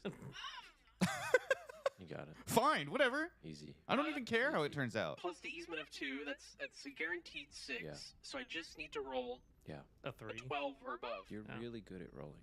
I'm- I know this. We know this. You roll with such skill. Yeah. So that, yeah, no, this is what I gotta do. That's what I gotta do. I just gotta roll above a 12. What'd you roll? Maybe this is fine. I don't know. I rolled a 9. Okay. 9 You rolled a plus 9, six. so it'll be a level 3 plus your 6 levels of assets and easing. Brings you to a total of a level 9. I just have to take, I can't be spending XP like Yeah. candy Yeah. over here. Please. You don't get a response. You have that same sense that you're being observed, but you also, nothing takes an action against you. Alright. Good enough. Okay. I got it up to level 5. We're going to do this again. Now, do I have to roll above a level 5 to increase its level?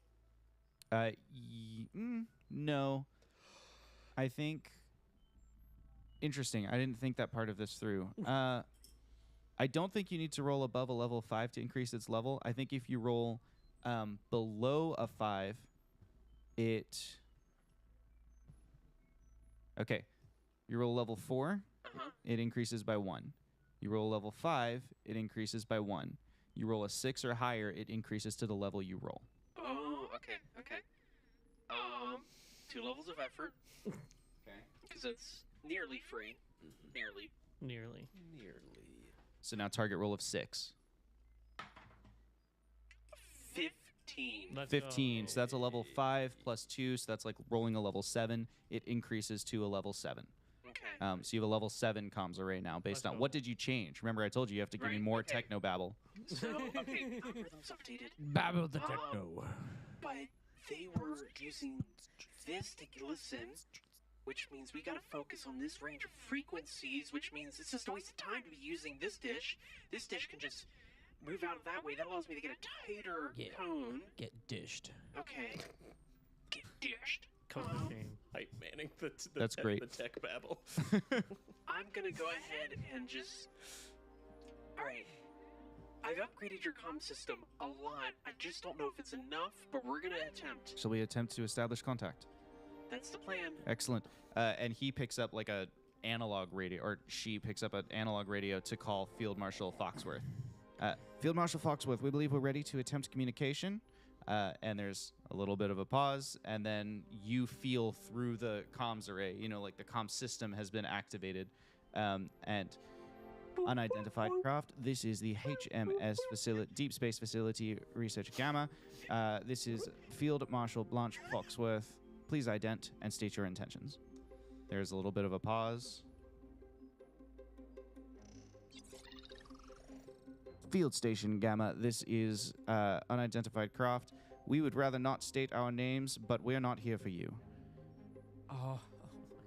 I gotta jump in. That's not... Oh, okay, you jump in?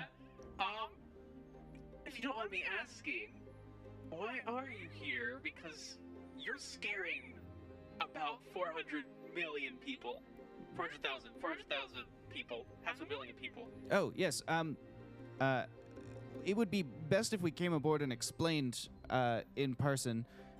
This is a bit of an unorthodox operation that we're involved in here, but we certainly do not intend to pose any threat to anybody aboard this station. You want to explain what you're charging then? We're not... Oh, you must be thinking of the reactors. The reactors discharge regularly because there's too much heat from the Declar. The element causes a big disruption if we don't vent the heat. Okay, Stop adding things. Y'all made Declar. We did. I don't remember. Oh. Ages ago. What the fuck is Declar? That's Session Zero shit. I'll hand this back off in a second to figure out the details. I just would like you all to know, you should do better at communicating in the future. It's not our fault there wasn't any equipment on board the station that could hail us. I think it kind of is, considering your advancement in technology. If I was able to put this comms array in a position that was able to hear you, I'm sure you could figure out something to beam down to us that archaic technology could hear. You're exactly how they said you'd be. Sorry. Sorry. I can't wait. I can't wait to meet you in person. Field Marshal, can we connect to Docking Station 1? I understand you've got... Actually, we may need to talk first. There's a significant threat to your station that is in system. It's just not us. And there's a little bit of like a kind of garbled noise. And Jackie, you see trajectory data of a ship that is corkscrewing down through the asteroid field. It's just plots on a map, right? They can't send images because the system here won't support it. Can I look at that and realize, based off its trajectory, what size it could be or where it came from? I think you would have to roll for that knowledge. Okay. I think that would be a level 5 task to interpret that data with the context, because you've been doing just this, so you don't have any context of knowing when the dropship was coming back or what. Like, you don't have any of that context. I use 2 levels of effort. Okay. Could I say It has a missile on it just too. that Jackie knows how I fly the thing? That seeing an object just coming down in That'd be a an easy spiral be just like an easy enough to know, oh, that's Ronan. We did yesterday, Yeah. after you left, not at the table, say that before you took the ship back, you were doing loop-de-loops and flips all through the asteroids before you went back to the Spirit of Inquiry. Absolutely, we can use that to ease the task by 1. Level 4. Oh, that's What's funny if there's a missile on it. None of you know this. Dean doesn't even know there's a missile. 18 on the die. Excellent. You interpret immediately that that ship corkscrewing down, having way too much fun. That's probably Ronan. Oh, that trajectory appears to be part of the Spirit of Inquiry. Yes, the spirit of inquiry. This is going to be very confusing for you. This would really be easier to explain in person, so we can use visual aids. Time travel. Okay, well, we're in a crisis without you. We thought you were just adding to it. That's as much as I can say without. Actually, that's a good point to bring up, because you've entered the communications line. You feel a little bit of a presence, just attempting to also get on board. You didn't put any countermeasures up. I think that in this instance, it just succeeds, and you feel something whoosh past you. Oh, okay, wait. No, it's You can make a speed task to try and react. Instead of a speed task, can I use an overclock? I think you have to declare your overclocking to take multiple actions in a round. Fine, I'll You could use the overclock speed. now that it's past you, or your speed task could get you the overclock. All right. This is like rolling to hit an attack of opportunity. True. Um, It's a reaction. shirt and yank him back. yeah. Get back over here. Yeah. I'll just do the speed test. Okay. Lasso. Okay. Well, I did put some points into speed, so I can use exactly one level of effort. Nice. So here we go. Level 4. I got a 9 on the die plus my 1 level effort. No, it's not enough. You feel just this entity brushes past you. Oh, and the crisis has entered your ship. Oh. She's honest. We cut from here to Ronan Voss. Ronan and Mark Putty. Let's start with Mark. Mark, you are. Mark is suffering an aneurysm and he doesn't know why. Mark, you finish updating the code that will deploy this titanium shield, and you kind of sit back and you close the laptop, and you just like rest your head against the glass, like I've done my part. Like this part is done. We're situated, and as you're there, just kind of taking a little bit of a rest. It's not like immediate time pressure, but there's some time pressure here, right? And so there's like the adrenaline, and next to you, General Hawthorne, just take your time. It's fine. Just rest a little bit. Thank you. The access to this. No, I guess it wouldn't be here. Astro's not headed here. He's headed to the Torpedo Bay. So it's just the two of you there. As you kind of lean your head back, you look up, and based on the way the station is repositioned, now in front of you is where like the spirit of inquiry is, and you can see Ronan's dropship corkscrewing down towards you. It seems perfectly normal, like you don't fear for his well-being. You can see Ronan there. And then from there, you kind of lean your head back further, and you can also see the other ship kind of approaching. And you hear next to you several comms dishes like moving and rearranging in weird positions. You know Jacqueline's supposed to be in the system kind of doing that, so it's not concerning or anything like that. You just have this view of everything out there. How's Mark feeling right now?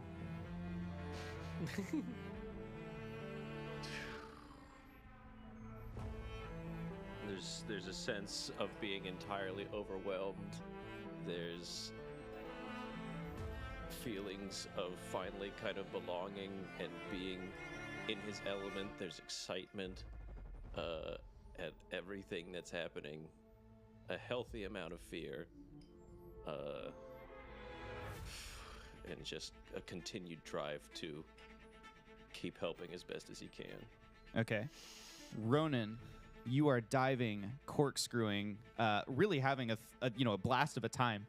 You look down and you see the station repositioning in such a way as to prevent a really thin profile to the incoming vessel. You're like, that's smart that they're doing that. You can see like an observation deck at the top of it. There are two people there. They're too far away for you to make out exactly who they are, but it's just like little dots, in the observation deck, probably supervising the maneuvering or something, whatever they're doing. And then as you kind of glance up, or maybe it's Dean who notices first, like, oh, look at that. You kind of glance up and you can see the other vessel is now close enough that you can start to make out details of it. It has this greenish or cyan kind of tinted hull, and it's very sleek and angular, nothing like the ships that you know of, which are all very like harsh lines, corners, metal plating, and anchoring. This is some kind of smooth, kind of burnished material, and instead of like an antenna the way you understand them to receive signals. There's no comms dish or anything. It's just a huge fractal that raises up like a fin out of the center of the ship. And it has 4 engines at the back of it that are blasting out some kind of greenish kind of pulse rather than a consistent burn. You've never seen engines that do that before. You don't know what kind of fuel or propellant would do it, but it's moving at like a really high speed. And Mark, as you lean your head back and catch that ship in your view, and Ronan, as you look up at it, it explodes in the distance. And as the shockwave of it radiates outwards from where it is, Dean immediately, magnify cameras, and the little viewport kind of zooms in towards it. And as Mark, as you're kind of looking towards it, General Hawthorne, pulls out like a really, not telescope, but like, we have binoculars now that are good enough that there are displays that go with them. This is like that. So it's like a really long-range magnification with like a little screen that flips out the side. And you're watching this like field of debris blast out of the where the ship was. The little fractal antenna spinning off in the other direction. And you just notice the communication has cut. And Astro, you don't see any of this because you're inside at the torpedo bay doing modifications. Yes. Probably you've regrouped with Talia at this point, and she is helping you. She's like holding parts and move this here, move that there. As you watch the whole thing, you see this like field of debris. You see weird jets and shockwaves of energy. Whatever Deklar is, it's hella volatile. Not the way Cosmetaline is. You don't see time compressing, but it like, big waves of stuff kind of rippling through space, nebulous gases. And as you watch all of that, you also see 5 trails of heat dissipating off of something small. 5 of them racing towards the station. Hawthorne next to you goes, torpedoes? Escape pods? Torpedoes? No, not. They're too small for torpedoes. There's no warhead on them. What is that? Would you like to make an intellect task to try and intuit what you're looking at? Not putting any effort. He's in too much shock. Give me another die. That one was stupid. I hate that sure? guy. Yeah, I don't know what was it. Yeah, well, here, I'll use it again. Sorry. She's been doing good. 5. 5. You have no idea what it is. Makes sense. Yeah, I can't tell either. In your ship, Can Ronan try and... he can, but he's got Dean standing next to him to analyze what he's looking at. Okay, cool. He's ahead, looking at it, and there's no wondering in his voice. He's looking at him, and he's going, not torpedoes. Those are escape pods.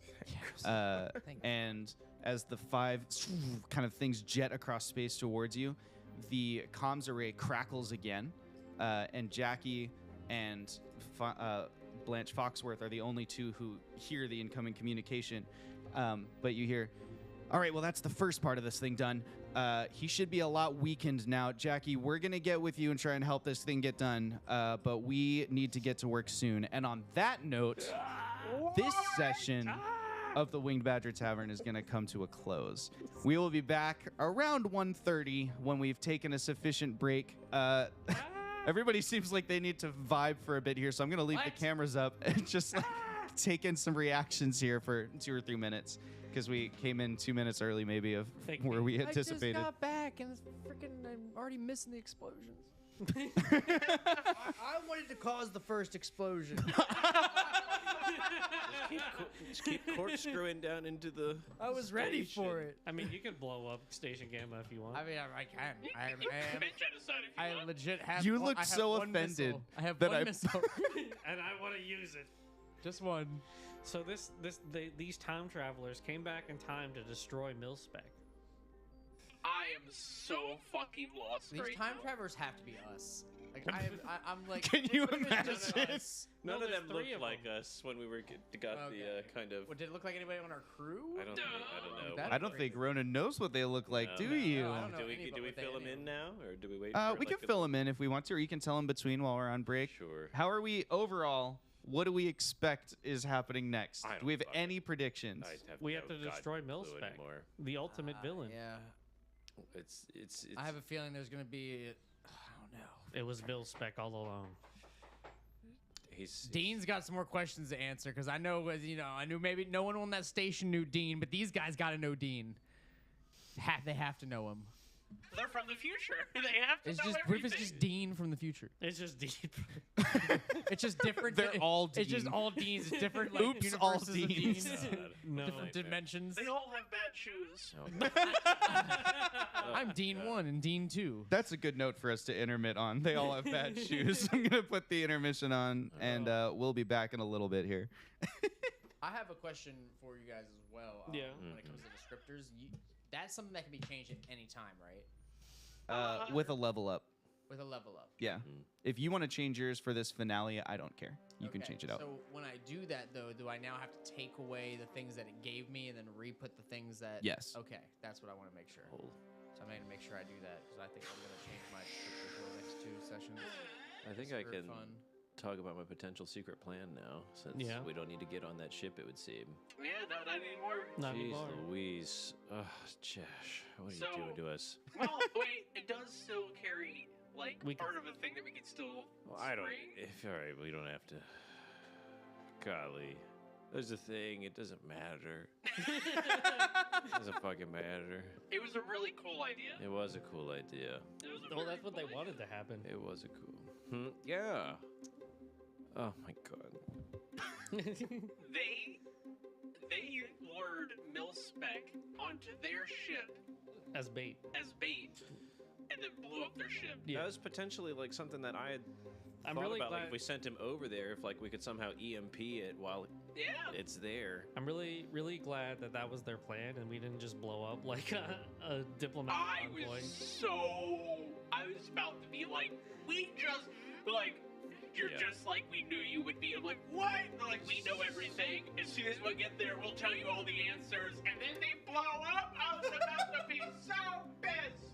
I really have no We idea ruined what- our one chance at answers. I don't know what we're about to get into. We got 2 sessions to get Mills back out, and then I don't know what else other goals we have. Man, I was actually, I gotta Get rethink. home. I had some ideas of how I was gonna play Jacqueline out, but now I have to rethink that. Thanks for confusing us, Josh. Josh, God when damn, are we that's coming back? 1:30? 1:30. Do I have time? I'm going to DoorDash something. Oh yeah, we're all getting something. Oh, getting something.